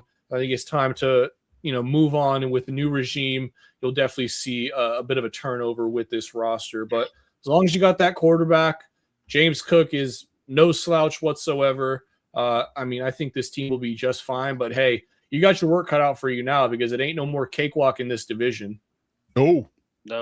Not at all. I'm not sure what Jeff Hafley and Aaron Glenn are going to do, but the Patriots are definitely They'll have something to say about it. Yeah. They definitely will. That's another problem. It could have been a line to saying that they let I think we said this, a couple of shows ago, that they let the Patriots usurp them in their run of dominance of the division quickly. Like it was not it was an overnight process for sure. They got into one free agency period with a bunch of money. You spent all that money in free agency, about $200 million worth, and built that defense and smashed the draft. And guess what? They're in the conference title game. So that's another one. That's another one. Okay. All right, Violet, let's talk about the Texans. What do you think they need to do outside of, giving CJ Stroud some courage, like the Tin Man and like the County Line and Wizard of Oz. Outside of that, what do you think they need to do to improve their stock in 2026? Well, ain't no yellow brick road. So look, here's how it is. He's going to either put some in layaway or Hopefully he can grow a pair because the game ain't going to change. The film is out on him. They know he's skittish. Yeah. So any good defensive coach is going to attack him right through the A and B gap if you can. Get him off his spot. He's a mobile quarterback, but his accuracy is a little bit questionable when he's running. He's not really a running. He's mobile, but he's not a runner. He can run. He don't want to run. Yeah, he's not a threat in that aspect. I think they need to really get a couple of good running backs there too. They had a couple of big name guys there. I'm trying to think of the one that came from Cincinnati, Mixon. Yeah, he was hurt all year. Yeah. He can't stay healthy. Yeah. And like I said, we know being healthy is part of it, but when you're getting paid the big bucks and you can't stay on the field, they're going to find your replacement real quick. So I think he's probably out after this season. I say they go and get some nice running backs, and he's got great receivers. He's got some good receivers. Let me retread. He's got some good receivers. And the O-line is still kind of a patchwork too, because they've been kind of juggling guys in and out of there too, especially that last game. So work on the O-line. The defense is set. Just keep them off the field so they can bring that A game every time they come on the field. Yeah. I mean, that sounds like old football talk, but the more rested they are when they come out there, they can wreak havoc. So I just get some running backs and work on the O-line and get him a pair of cojones, and I think they'll be okay. Right. Indeed. And I think there was, again, the O-line being an issue, and the fact that they were very up and down with the injuries when the receiving core. Like, they had two young guys they got from Iowa State, Higgins and Noel, pair with Nico and Christian Kirk. That looks on paper like a winning formula. When Dalton Schultz, your tight end, but the O-line just couldn't hold up early in the season, and I guess it literally rattled CJ's confidence. Then he got hurt. Nico with his concussions, CJ got hurt. Davis Mills had to come in, to keep the ship running and all that good jazz. So it was a very uncharacteristic, season for them. So yeah, I think they definitely need to get back to basics. They don't need to change much, but they definitely need to improve that O-line for sure to give CJ Stroud time, because they got to know at this point what type of thrower he is, and if you can't support him in that manner, he's not going to be effective. Right. Exactly. Yeah, and I'll give credit to AG for this, point too. Do you really, want to consider, paying him early, because he's up for an extension now, although you got 2 years left on his deal. I think it might be a proven year for him in year 4.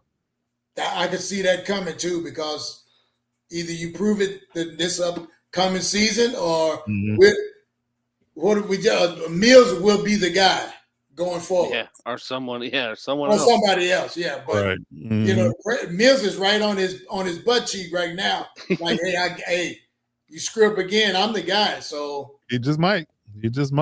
Well, they got to decide this offseason to take his 5th year option or not, right? I think so. Yeah, I bet they take it. I mean, I'm sure they do. I don't know why you wouldn't, and say you got 2 years.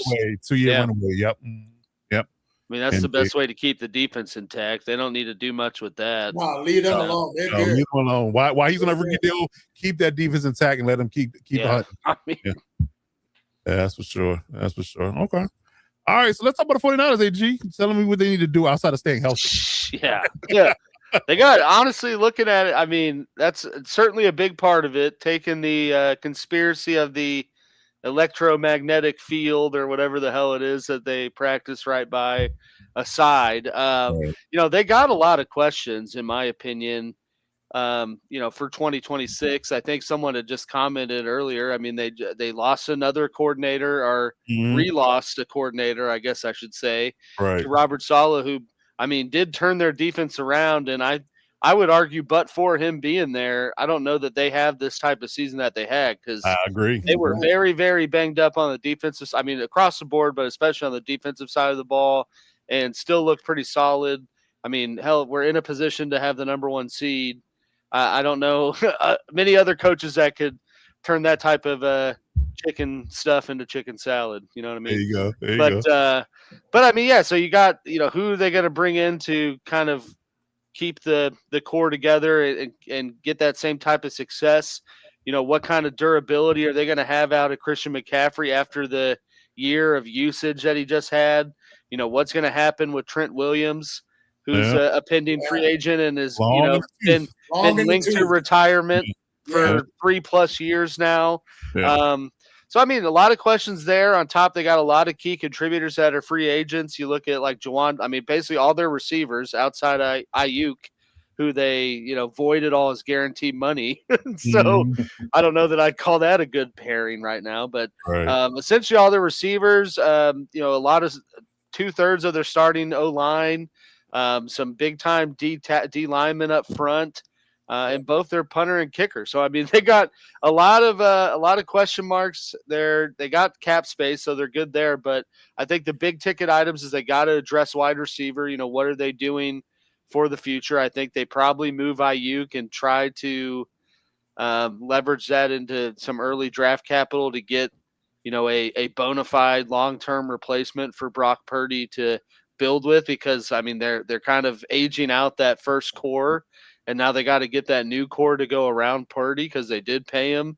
You got Kittle, who's injured and old. Everyone else. So they got to address that. I think they got to address their secondary earlier in the draft or maybe in free agency, but definitely got to do that, as well as just solidifying their O-line. Like I noted, Trent Williams, don't know what's going to happen with him. I bet he probably comes back for one more year because he still plays pretty damn good. So, I mean, can't really deny that he strikes me as the type of guy that just Joe Thomas, started all those games and then just tore his tricep and was like, I'm good. I'm good. Right. Give me the surgery. I'm out. Enough all pros. Yeah. But I mean, you got Trent on an expiring contract. Left guard's a free agent. Their right guard was banged up all year, so they got 3 out of 5 linemen that they got to figure out. So a lot of things to do, but those are kind of my big ticket items for them moving forward. Yeah, sound like a lot of work for sure for that front office. Sound like a lot of work. I mean, they drafted a lot of guys. I think old linemen are going to be a premium around the league this time around. Yep. They're going to be the most seeked out commodity. Yeah, there's going to be a lot of money dealt out for O-line, as you can see. All these people being hampered or had their seasons in because of bad O-line, Chargers included. You have to spend some money. Yeah, you have to spend some money to O-line this year. Either draft them well or sign them well, and because you have to fix that ASAP. Both. Yes. Both. Yes. And most teams are looking for free, veterans who are already seasoned. Established. So they're going to overpay. They're going to overpay for them. And teams are looking at what the Patriots and the Bears did, and they completely overhauled their offensive line, spent a boatload of money in the offseason, and one team's in the Final Four. One team was a field goal in overtime away from being in the Final Four. There you go. So clearly it works. Yeah, clearly it works. They got $30 million cap space already, so I mean they got room to work with. And I like to believe they're going to trade Ayuk with that void of guarantees. I got a feeling they can trade Ayuk. Trade cut, he's gone. There ain't no way. Although looking at the free agent tackles, there are not too many good names to write home. The only one was Charles Cross, and Seattle was like, nope, you ain't even going to make it. That's not the Smith guy from the Colts. I think he's a free agent. I think John Smith or Joe Smith. Braden Smith. There you go. There you go. Okay. He's about the best tackle that I've seen. That's it. Yeah, that's, I mean, literally it. Looking at this, I'm like, ooh. It's going to be a lot of interior linemen, centers, guards. Paid. Yeah, for sure. Indeed. Okay. Guards finna come up. Yeah, indeed. Okay. Interesting enough, I'd actually like to see. Well, if I was Houston, I would try to make a call to Trent. He's a Texas guy. You just get him for a year or two. Just obviously not the long-term answer, but they got a team that can win right now. So I make a call to Trent if I'm Houston. Why not? Houston needs to do everything to keep the defense intact and ensure that C.J. Stroud doesn't get in their way. They need to follow the Seattle Seahawks model. Yep. I like it. Okay. All right. Good stuff. All right. So let's move on down the line and let's talk about our rolling segment called Do You Believe? So I got some questions for the panel here. Some first reaction questions. They do not know the answers or the questions to these answers to these questions beforehand. So I did no homework being done.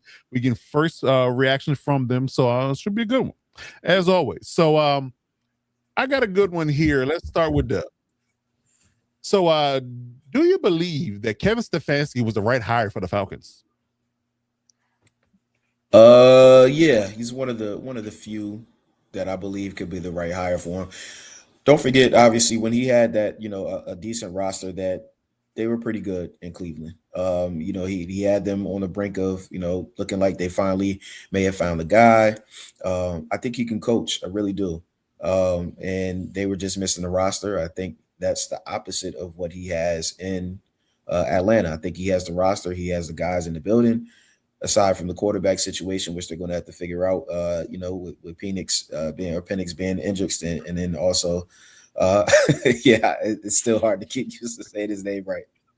But with that, Cap went on. Glad Cap went on. yeah, I know. Gotta get back. Right.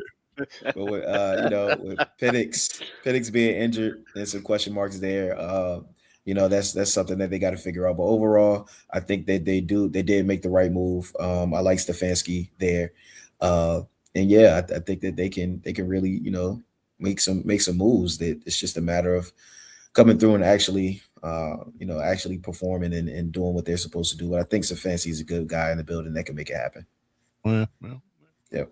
Interesting. Yeah, because David thinks they should have kept Raheem Morris. I know we talked about that before. Yeah, it's interesting. Yeah, I mean, he turned things around towards the end, and it looked like people were really starting to come around, and I wouldn't have been mad at that. But at the same time, how they lost early on, and even down the stretch, they had some questionable games where they had big leads, and they gave them up. So, I understand the move either way. I would have understood it if he stayed. I can understand it that he was gone. But I think Stefanski can be the right guy too. So yeah, I think it's possible. Yeah, and I think that is what Violet brought up at the top of the show. But the fact is Arthur Blank's impatient. He said, "I'm not getting any younger. I'm trying to build a winner now, and I'm going to try to go with the best guys and get me there now. I'm not waiting for a reclamation project. Yeah. We got to get this done now. Especially with having a rookie quarterback, we on a rookie deal. Cousins' deal is getting ready to expire. After them giving him the $100 million, so we got an opportunity here. So we're trying to seize it. Yeah, I agree. Yeah, and I think people forget. Penix is what 28, 29. 28. He's older.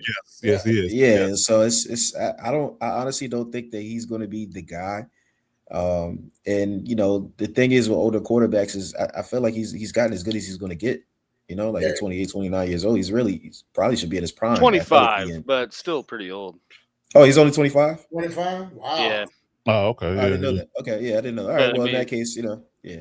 They got a little bit of time, but with all those injuries, it's not too bad. So yeah, but yeah, that part's aging him faster because he got the knee injuries. So that's aging him faster. 29 and injury years. Right. Absolutely. Maybe more like 35. But funny, not funny. Yeah, for sure. But yeah, that's not too bad. 25 is not too bad. Okay. All right. So we talked about this guy a little bit earlier, RG. So it is a burning question. It's something that needs to be asked based upon how they performed in the playoffs. So the Texans, do you think they need a reset? Do you believe that Texans need a reset at quarterback? Oh, man. That's rough. And I was the one that was saying he should have been benched at halftime. I know. That's why I was perfect. Yeah. That's why I was perfect. Come on with it. Nah, you can't reset yet. You can't. Not with the success that they've had. I read the stat earlier as well that CJ Stroud and Josh Allen are the only two quarterbacks to have made and won a playoff game in the last 3 years. So, I mean, they're doing something right. I get it. That defense is otherworldly. Mm-hmm. But I just think we've seen Stroud with just a little bit of protection. So let's get him some comparable protection and more than you've given him ever in his career. And let's see what he can do. He's got a great number one with Nico, got great 2s and 3s wide receivers, got a great tight end, great running back. I mean, it's just that damn O-line. And the defense, again, we already know about the defense. And legendary. Not enough to be said about it. DeMeco Ryans is a hell of a head coach, and he's got those boys playing. So, yeah, I think you got to ride with Stroud. Pause. And this is the time when, you're probably going to want to give him a new contract. So let's instead spend some of that money on the O-line, see how he does, and make your decision about extending him after that. Okay, good stuff. Yeah, like I said, give him a 2-year runway and see what happens. Yeah. All right, good stuff. Okay. All right, AG. I'm going to bounce back and forth since Cap not here. Do I want to give you his question or do I want to give you yours? Both. That's funny. So we talked about this a little bit earlier in regards to Josh Allen. So, do you believe that Josh Allen received adequate blame for the Bills' playoff loss? Come on, you should already know my answer to this. That's a big fat hell no. Hell no, he didn't get any blame. I think I was ranting about this the other day in our chat, but yeah, it baffles me how the national media is painting Josh Allen as like, he's untouchable. Like anything he does is gold, and he does no wrong in the outcome of games for his team. Because I know, like we said earlier, like basically every other quarterback in this league goes out and loses a game in that fashion and turns the ball over 4 times. Those are the headlines, Herbert turns the ball over 4 times and lost. Mahomes turns the ball over 4 times and lost. Hurts, Lamar, anyone else. But Josh Allen, you don't see that headline anywhere. It's, the Bills lose an overtime stunner, and then you got like Damian Woody on Get Up, like talking about the defense gave up too many points. I'm like, well, what about the quarterback putting them in shitty situations 4 times in the game? Like we're just glossing over that. So he does not get enough blame for his losses. Matter of fact, he gets too much praise, I think, for the essentially just making it to the playoffs and not really doing much else outside of that. Maybe advancing 1 round, but the way he is viewed is like he's won a Super Bowl, 1 to multiple times, and that's just not the case. So yeah, he needs to get more blame for how his seasons end. Agreed. Okay, good to piggyback on that, you remember when Jim Kelly was playing in those 4 Super Bowls? Yep.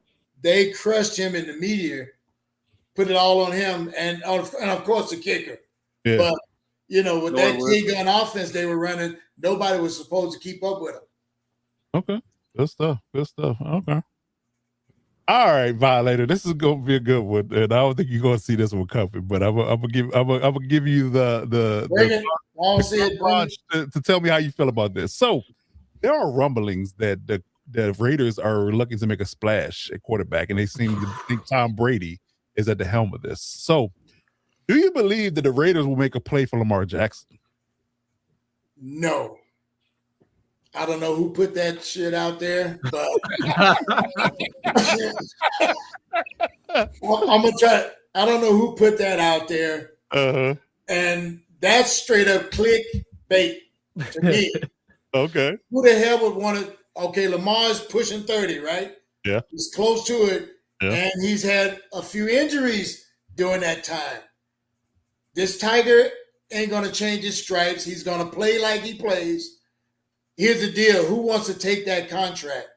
And even with our 103 or whatever million we got, we need to focus on big uglies and get this young QB and put some guys around him and let him do his thing, man. Right. That's reaching for low-hanging fruit. And it gets a buzz because I've seen it all freaking day and yesterday. And I'm like, who the hell? I was I wanted to be violated. I did. Oh, yeah. But anyway, no. Hell no. Okay. No. It's crazy, too, because I've also seen, Joe Burrow. They're going to trade for Joe Burrow. Yeah, trade for Joe Burrow. It's like every month there's some new quarterback they're trading for. And, I agree with you. Like, why would you trade for the 200? It's like having the Ferrari parked out in front. Not to offend you, but parked out in front of the trailer park. Like, why would you get the $250 million quarterback and not have people to block for him? That's just a bad investment. But it reeks of desperation to me. Mm-hmm. It's like build your own. Quit going through retread after retread. Between the 3 of those guys, and I'm including the owner, somebody's got to have some common sense. There you go. Okay. So, all right. Good stuff. Hell no to Jackson. Okay. All right. Okay. Fair enough. No way I'm paying. Yeah. Now his contract is due for renegotiation because he's a high cap hit. So the Ravens want to renegotiate it and get the cap number down. But yeah, at this point, y'all will be taking on about $50 million of his contract to be traded for him. Right. And he's gonna want to get more than Dak. Dak's getting what, 60 right now? Yeah. A year? Yeah. 60 is the high. Yeah. Well, who's gonna pay him $65 million, just say, a year? He's almost got a $75 million cap hit. That's crazy. Right, and to not be healthy the whole season. His those injuries are catching up with him, and you can see it. So he's losing that little magic runaround like he has. He don't do that too much anymore. Yeah. So no, hell no. That's a good one. Okay, Josh Allen gonna be the Dan Marino. Oh, this would get. That's fair. It's weird.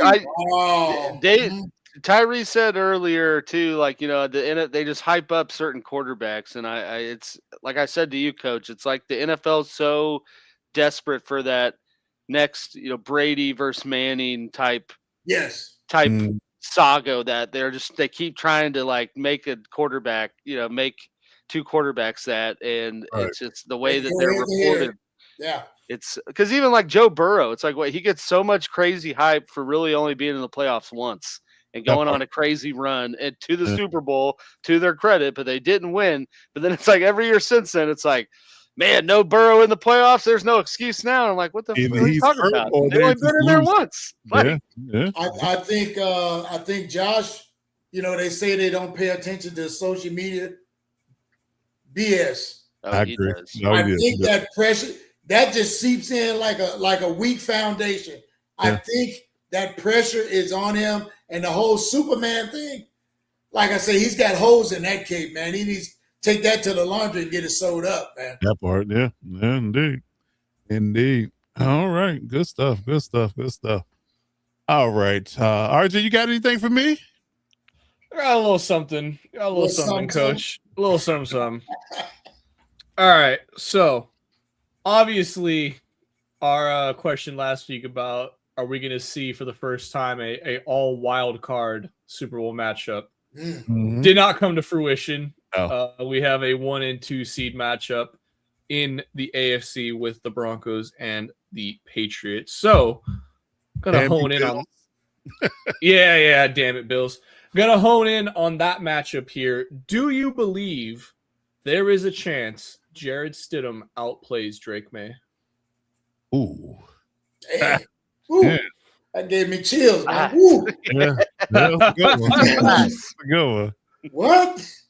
Yeah, that's a good one. I'm going to say no for the simple fact that I can't give respect for Vrabel, and I sung his praise at the beginning of the pod and say that his defense is playing lights out and act like Jared Stidham is going to carve them up. He doesn't have film on Jared Stidham, you know, like he had film on Bo Nix and, you know, guys he's played previously. So he's very limited. But again, Jared Stidham is a backup for a reason. You know, so I would argue that although Sean Payton is a hell of a coach, I mean, I give credit where credit's due. Super Bowl winning, great play caller. You know, the Denver smashed that signing with getting him a couple years ago. But it's, you know, but ain't so much milk you gonna get out of that old cow. That's just what I'm gonna say. Ain't so much milk gonna get out of that old cow. I think he'll play well. I think it'll be a competitive game. I think he'll try to keep him in at least in the first half. But I think that between Drake May's you know, MVP like play, that defense is just really confusing the hell out of everybody that they've played in his last few weeks. I think that, you know, the cream will rise to the top at the end and say that they're going to end up winning this game. You know, especially if they can force a turnover or two from Stidham, then it could get ugly. So yeah, I'm going to say Drake May is going to be the better quarterback in this matchup. Yeah. All right. Good answer. Yeah. Indeed. But speaking of matchups, let's talk about it, man. Let's get into our predictions here. So we're gonna get into our cover forecast, our predictions for the week. So we got the conference title games coming up here, both games on Sunday here. So we got the two matchups, you know, for the weekend here. So let's get our playoff predictions out. Let's talk about who we think is gonna win in this matchup. Here's the bracket here. So we clearly got the Patriots and the Broncos and the Seahawks and the Rams in that trilogy. Two, you know, I've risked, you know, for at least for the sake of competitiveness, I kind of wish both niggas was playing in this matchup, but you know, it is what it is. But yeah, so let's go around the room and get our predictions on and see who wins what. Let's go first. Or let's start with AG. So let's start with the Seahawks and Rams matchup. Who do you think wins and why? It's tough because the wild card component to it is that it's the third time that these teams have played divisional opponents, and they split in the regular season, right? But they were close games, so I have no doubts that this is going to be another, version of that type of game. But I think in the long run, the Rams win, and just have the veteran presence and the awareness. Situational awareness in the game to, make the plays that need to be done at the end to win. So I'm going with the Rams. Wow. Okay. It's interesting. Tyree said, he said the Patriots won the Super Bowl. Okay. All right. We'll see. But that'd be interesting. I think we talked about the MVP versus MVP in Super Bowl. That'd be an interesting headline. I'd imagine the NFL wants the Patriots in the Super Bowl at this point. They don't want Jarrett Stidham. They don't want Jarrett Stidham. I, for one, would welcome the Broncos making it with Stidham, because then you could say to all the Broncos fans that give Bo Nix praise, like, well, no, Stidham did it. So, I mean, he ain't that good. Yeah, indeed. Okay. All right, Violet, who you got in this matchup between the Rams and the Seahawks? I got the Rams, and I'm going to use coaching as my excuse or my reason. Okay. I think also that defense, you saw what they did to Caleb as far as frustrating him. And Seattle's quarterback is not as mobile and not as accurate, so I think they're really going to cue on making him uncomfortable early and kind of setting the tone in that fashion. The Rams, like I say, are pretty much fully healthy, and I just see Stafford having a repeat of last week's game, but on a higher level, because it'll be cool in Seattle compared to Chicago. That's for sure. I think Stafford's going to light it up. Yeah. Okay. And he's played there, several times. And he's played there. Not like the 12th man's going to make that big of an impact. He's going to shut him up. And you know how when you go in a person's den, you want to shut that crowd up. That's the whole thing. Shut them up. So right now the forecast is a 39 degree high with a chance of rain, 54% chance of rain. Oh, rain! Ooh, damn. In Seattle. So yeah, 26 degrees in Denver. By the way, clear though. Clear. That's warm for New England, though. That's really. Yeah, based on how they play in Foxborough, that's for sure. Okay. All right, Dale, who you got in this matchup, Rams and Seahawks? I got the Rams. Going to be a great game. I think low scoring, actually, because the two teams know each other pretty well. I think because and really the reason why I'm going with the Rams is obviously, number one, veteran presence. I think that kind of, I don't want to say evens out, but that kind of definitely levels the playing field a little bit with the 12th man. I'm looking for, like I mentioned before, the defensive line versus offensive line. Rams defensive line versus Seattle's offensive line is really going to be, to me, where the game is going to be decided. And really it comes down to the quarterbacks and the coaching. And I give both of those edges slightly to the Rams. So I think the Rams are going to pull it out and represent the NFC. Okay. Yeah. All right, RG, who you got? Clean slate here, man. I'm going with the Rams. I just think it's meant to be for them this season. This is the sort of nice bow on top of Matthew Stafford's career. He's going to walk off. I'm not saying he's going to retire this year, but he's going to end it with a MVP and a Super Bowl MVP. I just think it's all aligning for them, going with a quarterback with more experience. Seattle, it's been a great season. You got a bright future ahead of you. I just think it's the Rams' time right now. And Matthew Stafford's ultimately going to cement himself as a first ballot Hall of Fame quarterback. Yeah. I like it. Well, 2 Super Bowls, hard to argue. 2 Super Bowls, an MVP. Yeah. MVP late in the career too. Yeah. If he gets that Super Bowl MVP, it's a wrap. Yeah. And has had thrown to 3 different record-breaking receivers. So, I mean, definitely a part of the equation in that, for sure. For sure. Definitely that. Yeah, he went from Calvin Johnston to Cooper Kupp had his crazy year. Yeah, that's crazy. And he still got Devontae.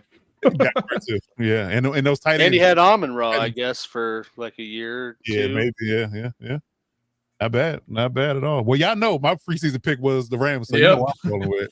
I'm just hoping that we don't jinx it, because since we all on the Rams, we ain't jinxing it and putting the juju on them. But yeah, I'm riding with my boys. The Bills let me down last week because they were supposed to be in it with them, but yeah, we're gonna ride with the Rams all day. I will say, man, if the Seahawks made it, it's only because the new pope was elected. That's funny. Year.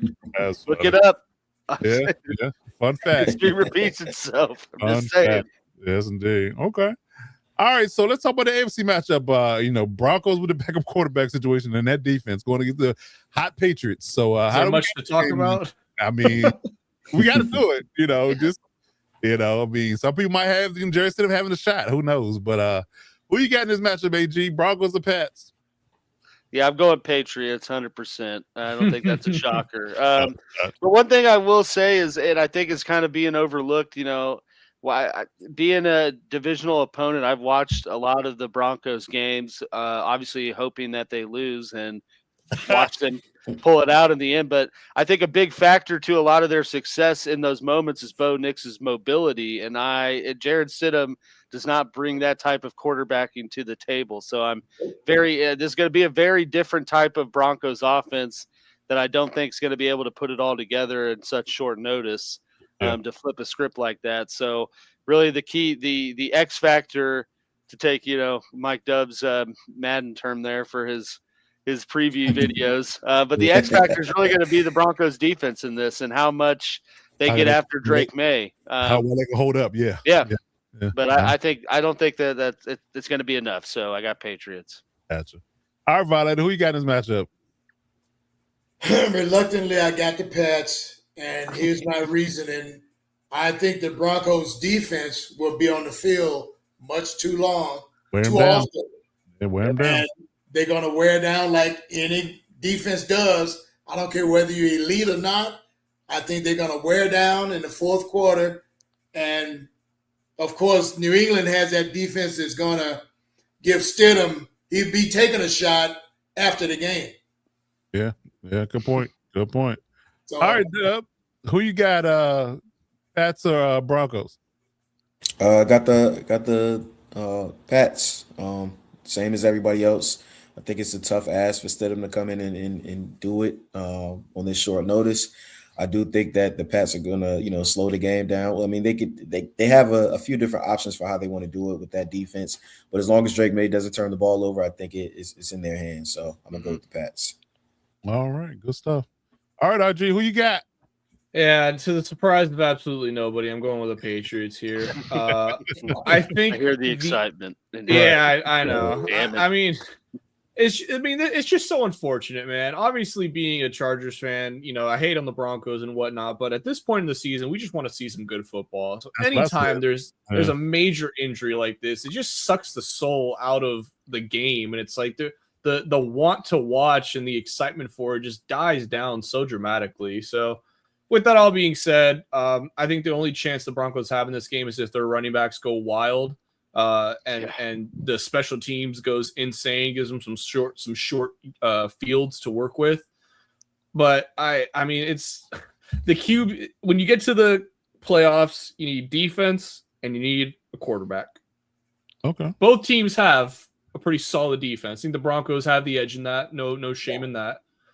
But the difference in QBs now, it's way too much to overcome.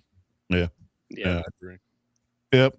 Yeah, I should have said it. I mean, we both are, riding one side of the fence, in both these matchups. So hopefully we're not wrong. But yeah, I think the Patriots definitely get back to the Super Bowl, and that's just insane to say that they, return to the Super Bowl this quickly after the Brady dynasty.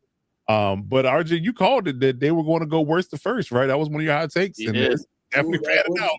A Super Bowl berth in year one with Vrabel. That's crazy. Coach of the year right there. Yeah, it got to be. After back-to-back seasons of 4 wins, and then back-to-back seasons. Yeah. Boom. Exactly. Number 2 seed. There you go. Crazy work. They make that shit up. Yeah, not at all. Not at all. Can't write it at all. Okay. All right. So as we close the show out, we like to get a quick segment called Fourth and Final. our hot takes of the week. So anything that is brewing you guys in you guys crock pot and on your stove, in your oven, slow cooking smoker, something you got cooking up, we gonna give y'all quick hot takes that might brew between coaching changes, hot takes what teams might do, moves they might make, anything you got brewing that's gonna pan out in the next few weeks, man. Let's break it down now real quick before we get out of here. Jesse Minter stays. There you go. I like that. Jesse Minter stays. He Hot sees take, Mike not McDaniel wishful hired. No, 100% no wishful thinking. Right. Hey, No, both. but- It's both. It's a hot Yeah. take. Yeah, it's both. It's a No, hybrid take. To give some actual reasoning for it, I think he sees the offensive coordinator hire and he's like, okay, finally I have a worthy adversary to challenge, to challenge this defense with iron sharpens iron. So I really think, if Minter's like, you know what, obviously been with Harbaugh, that's my dude. We're bringing in an offensive guru who made fucking Tua throw for 5,000 yards. So if that could happen, who knows what he's going to do with our QB. So I really do think Minter and, maybe a little monetary a little bump in salary, swaying. Yeah, a little bump in the salary. I think it would be in the best interest of all parties if he stayed. And I would add context to that. I would say this: if the Ravens or Steelers do not offer him the job, and I got to take on the Steelers again, that I'm going to reiterate that those two jobs aren't his or offered to him, I would stay. Oh, that's what I was going to say. I was going to say I think he would stay if jobs like the Ravens, Steelers, or Bills weren't open, because any other cycle, you're not going to have a franchise with that type of stability looking for a coach. You're going to be looking. It's going to be your Arizonas or the Jets, your Tennessees, or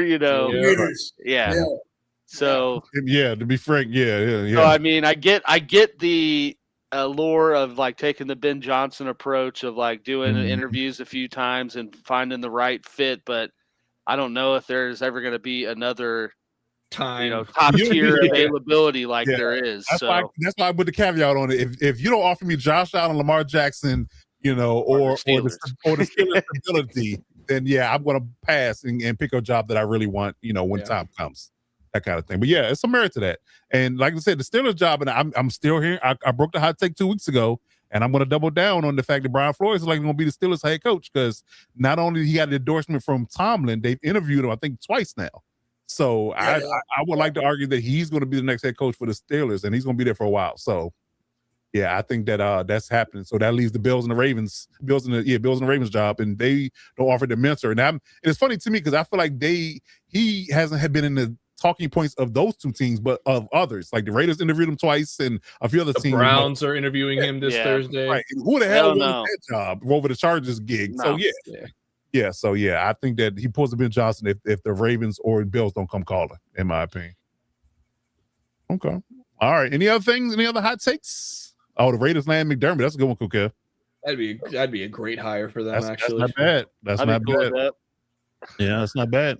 I mean, hell, you again will go down as being the most well-coached division in the league for sure. Oh, yeah. The Raiders just need to not screw this hire up, and this division will regardless go down as one of the best coached divisions. Absolutely. Yeah. Don't screw up the first overall pick, and don't screw up the coach. Don't trade that and get the right coach. But see, I think the Raiders, if they truly are taking Mendoza, they got to go offensive coach. Yes. Offensive-minded head coach. Joe Brady. I said Joe Brady. Although now that McDermott's gone, that ship might be sailing. He I might can want to see. My prediction was the Rams OC. We'll see if that's LaFleur. LaFleur. Mike. Oh, okay. But Violet, didn't you want Dayball? Didn't you want Dayball as your head coach or your OC? Which one? I'd rather have Kubiak personally to develop a young quarterback. I like that. I like Dayball's mentality, that grit that he brings. Yeah. But I don't think he might get lured back to Buffalo. All right, cool, Kev. Don't get banned. He might get lured back to Buffalo. Cool, Kev. I need you to slide me what you're smoking, my guy. I'm saying that's not happening. He just wants him. Hey, the Raiders fans like to dream about opposing teams' best players coming. Like 2 years ago, it was Chris Jones is going to get whatever he wants to come to the Raiders. I'm like, he's not going there, guys. That's not happening. That's not happening. You have to look at it like this, AG. You have fans that have different levels of football IQ, and some are strictly social media fans, so they don't really know shit. It's just whatever names they see. Yeah, they take Cool a Kev ain't one of those fans. We ain't saying you're one of those. I'm just I know, but I know what you mean, Violator. I deal with them all the time, and it's just like, what? Please, man. Relax. You even watch the game. Like, Chiefs fans, we got a lot of new fans that definitely don't know football, and it's like all year you see we need to fire Andy Reid. I'm like, huh? What the hell are you saying? Right. You talk about hot takes. That's where I get all the right. Yeah. Get away, man. Get away. Get out of here, man. You could just read off that for the segment, Violator. You'd be good. Well, I'm just saying, but we could do that when the season starts, but they're never satisfied with anything. Or they're always split on whatever you put on the table. That's for sure. That's for sure. Okay. That's called dysfunctionality, but it is what it is. It's toxic. Toxic. Toxicity. There you go. Okay, good stuff. Good stuff. All right. So, any other hot takes we got on the stove before we get out of here? Come on, Rock. Drop the mic. He already dropped one. I dropped one. Yeah, it's gotta be Mike. I had one, but I didn't want to. It kind of goes directly against yours, Coach, because I had a feeling the Steelers were going to hire McCarthy to keep Rodgers happy for 1 year. That is a hot talk, though. Yeah, I'm seeing some buzz. I'm just saying. I'm not saying it'd be the right move, but no, it's not. Yeah, definitely not, because McCarthy is definitely not a spring chicken. That's for sure. No. My other hot take for my team is that the Kansas City Chiefs are trading Trent McDuffie this offseason. What? Okay. For a first-round pick. I don't know if you're getting a first back for him. But you might. I think they will. You probably get a second. He's an all-pro, three-time all-pro corner. Is he paid? You guys paid him? No, that's why he's going to be traded. Okay. Yeah, that makes sense then. What about the enemy coming back? I saw something about that today. Yeah, they hired him OC, which I think is funny because all the reports were they were fully expecting Nagy to get a head coach job, which I would assume would have been the Titans job, which he obviously didn't get. Yeah. So but they've already hired Bieniemy. So I saw someone put I think it should be a red flag to a lot of teams how quickly the Chiefs moved on from Nagy. Right, it should. Probably should. But Arizona's not going to listen. No.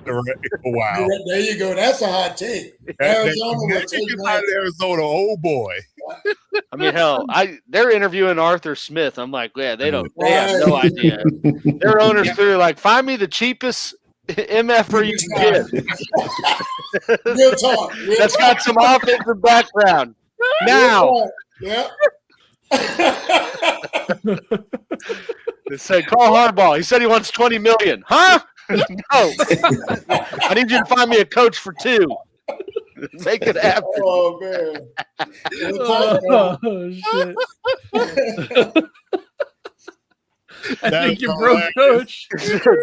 It's like that scene in Moneyball, They're like, hey, Michael Bidwell, this is Matt Nagy. Oh, he's a terrible head coach, derailed the Bears, but he's only going to cost $1.5 million. Yeah. My God, sign him. Oh, shit. That's a good one.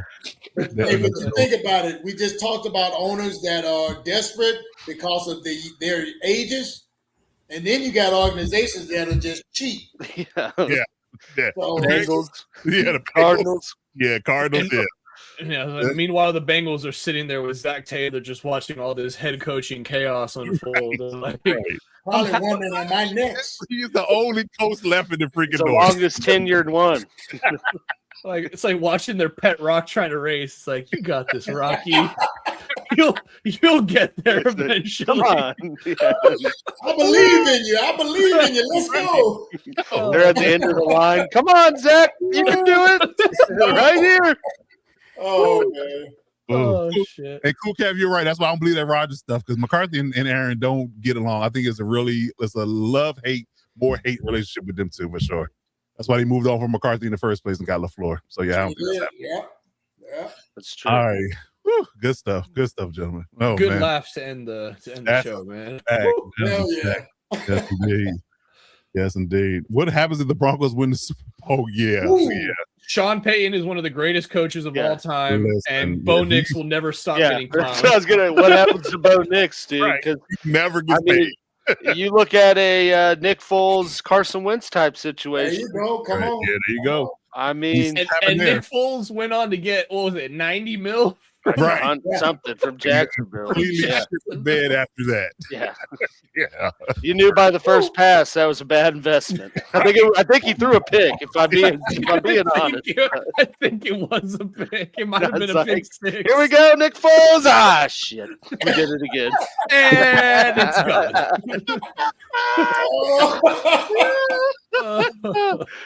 Oh, man. Y'all on fire today. Y'all are on fire today.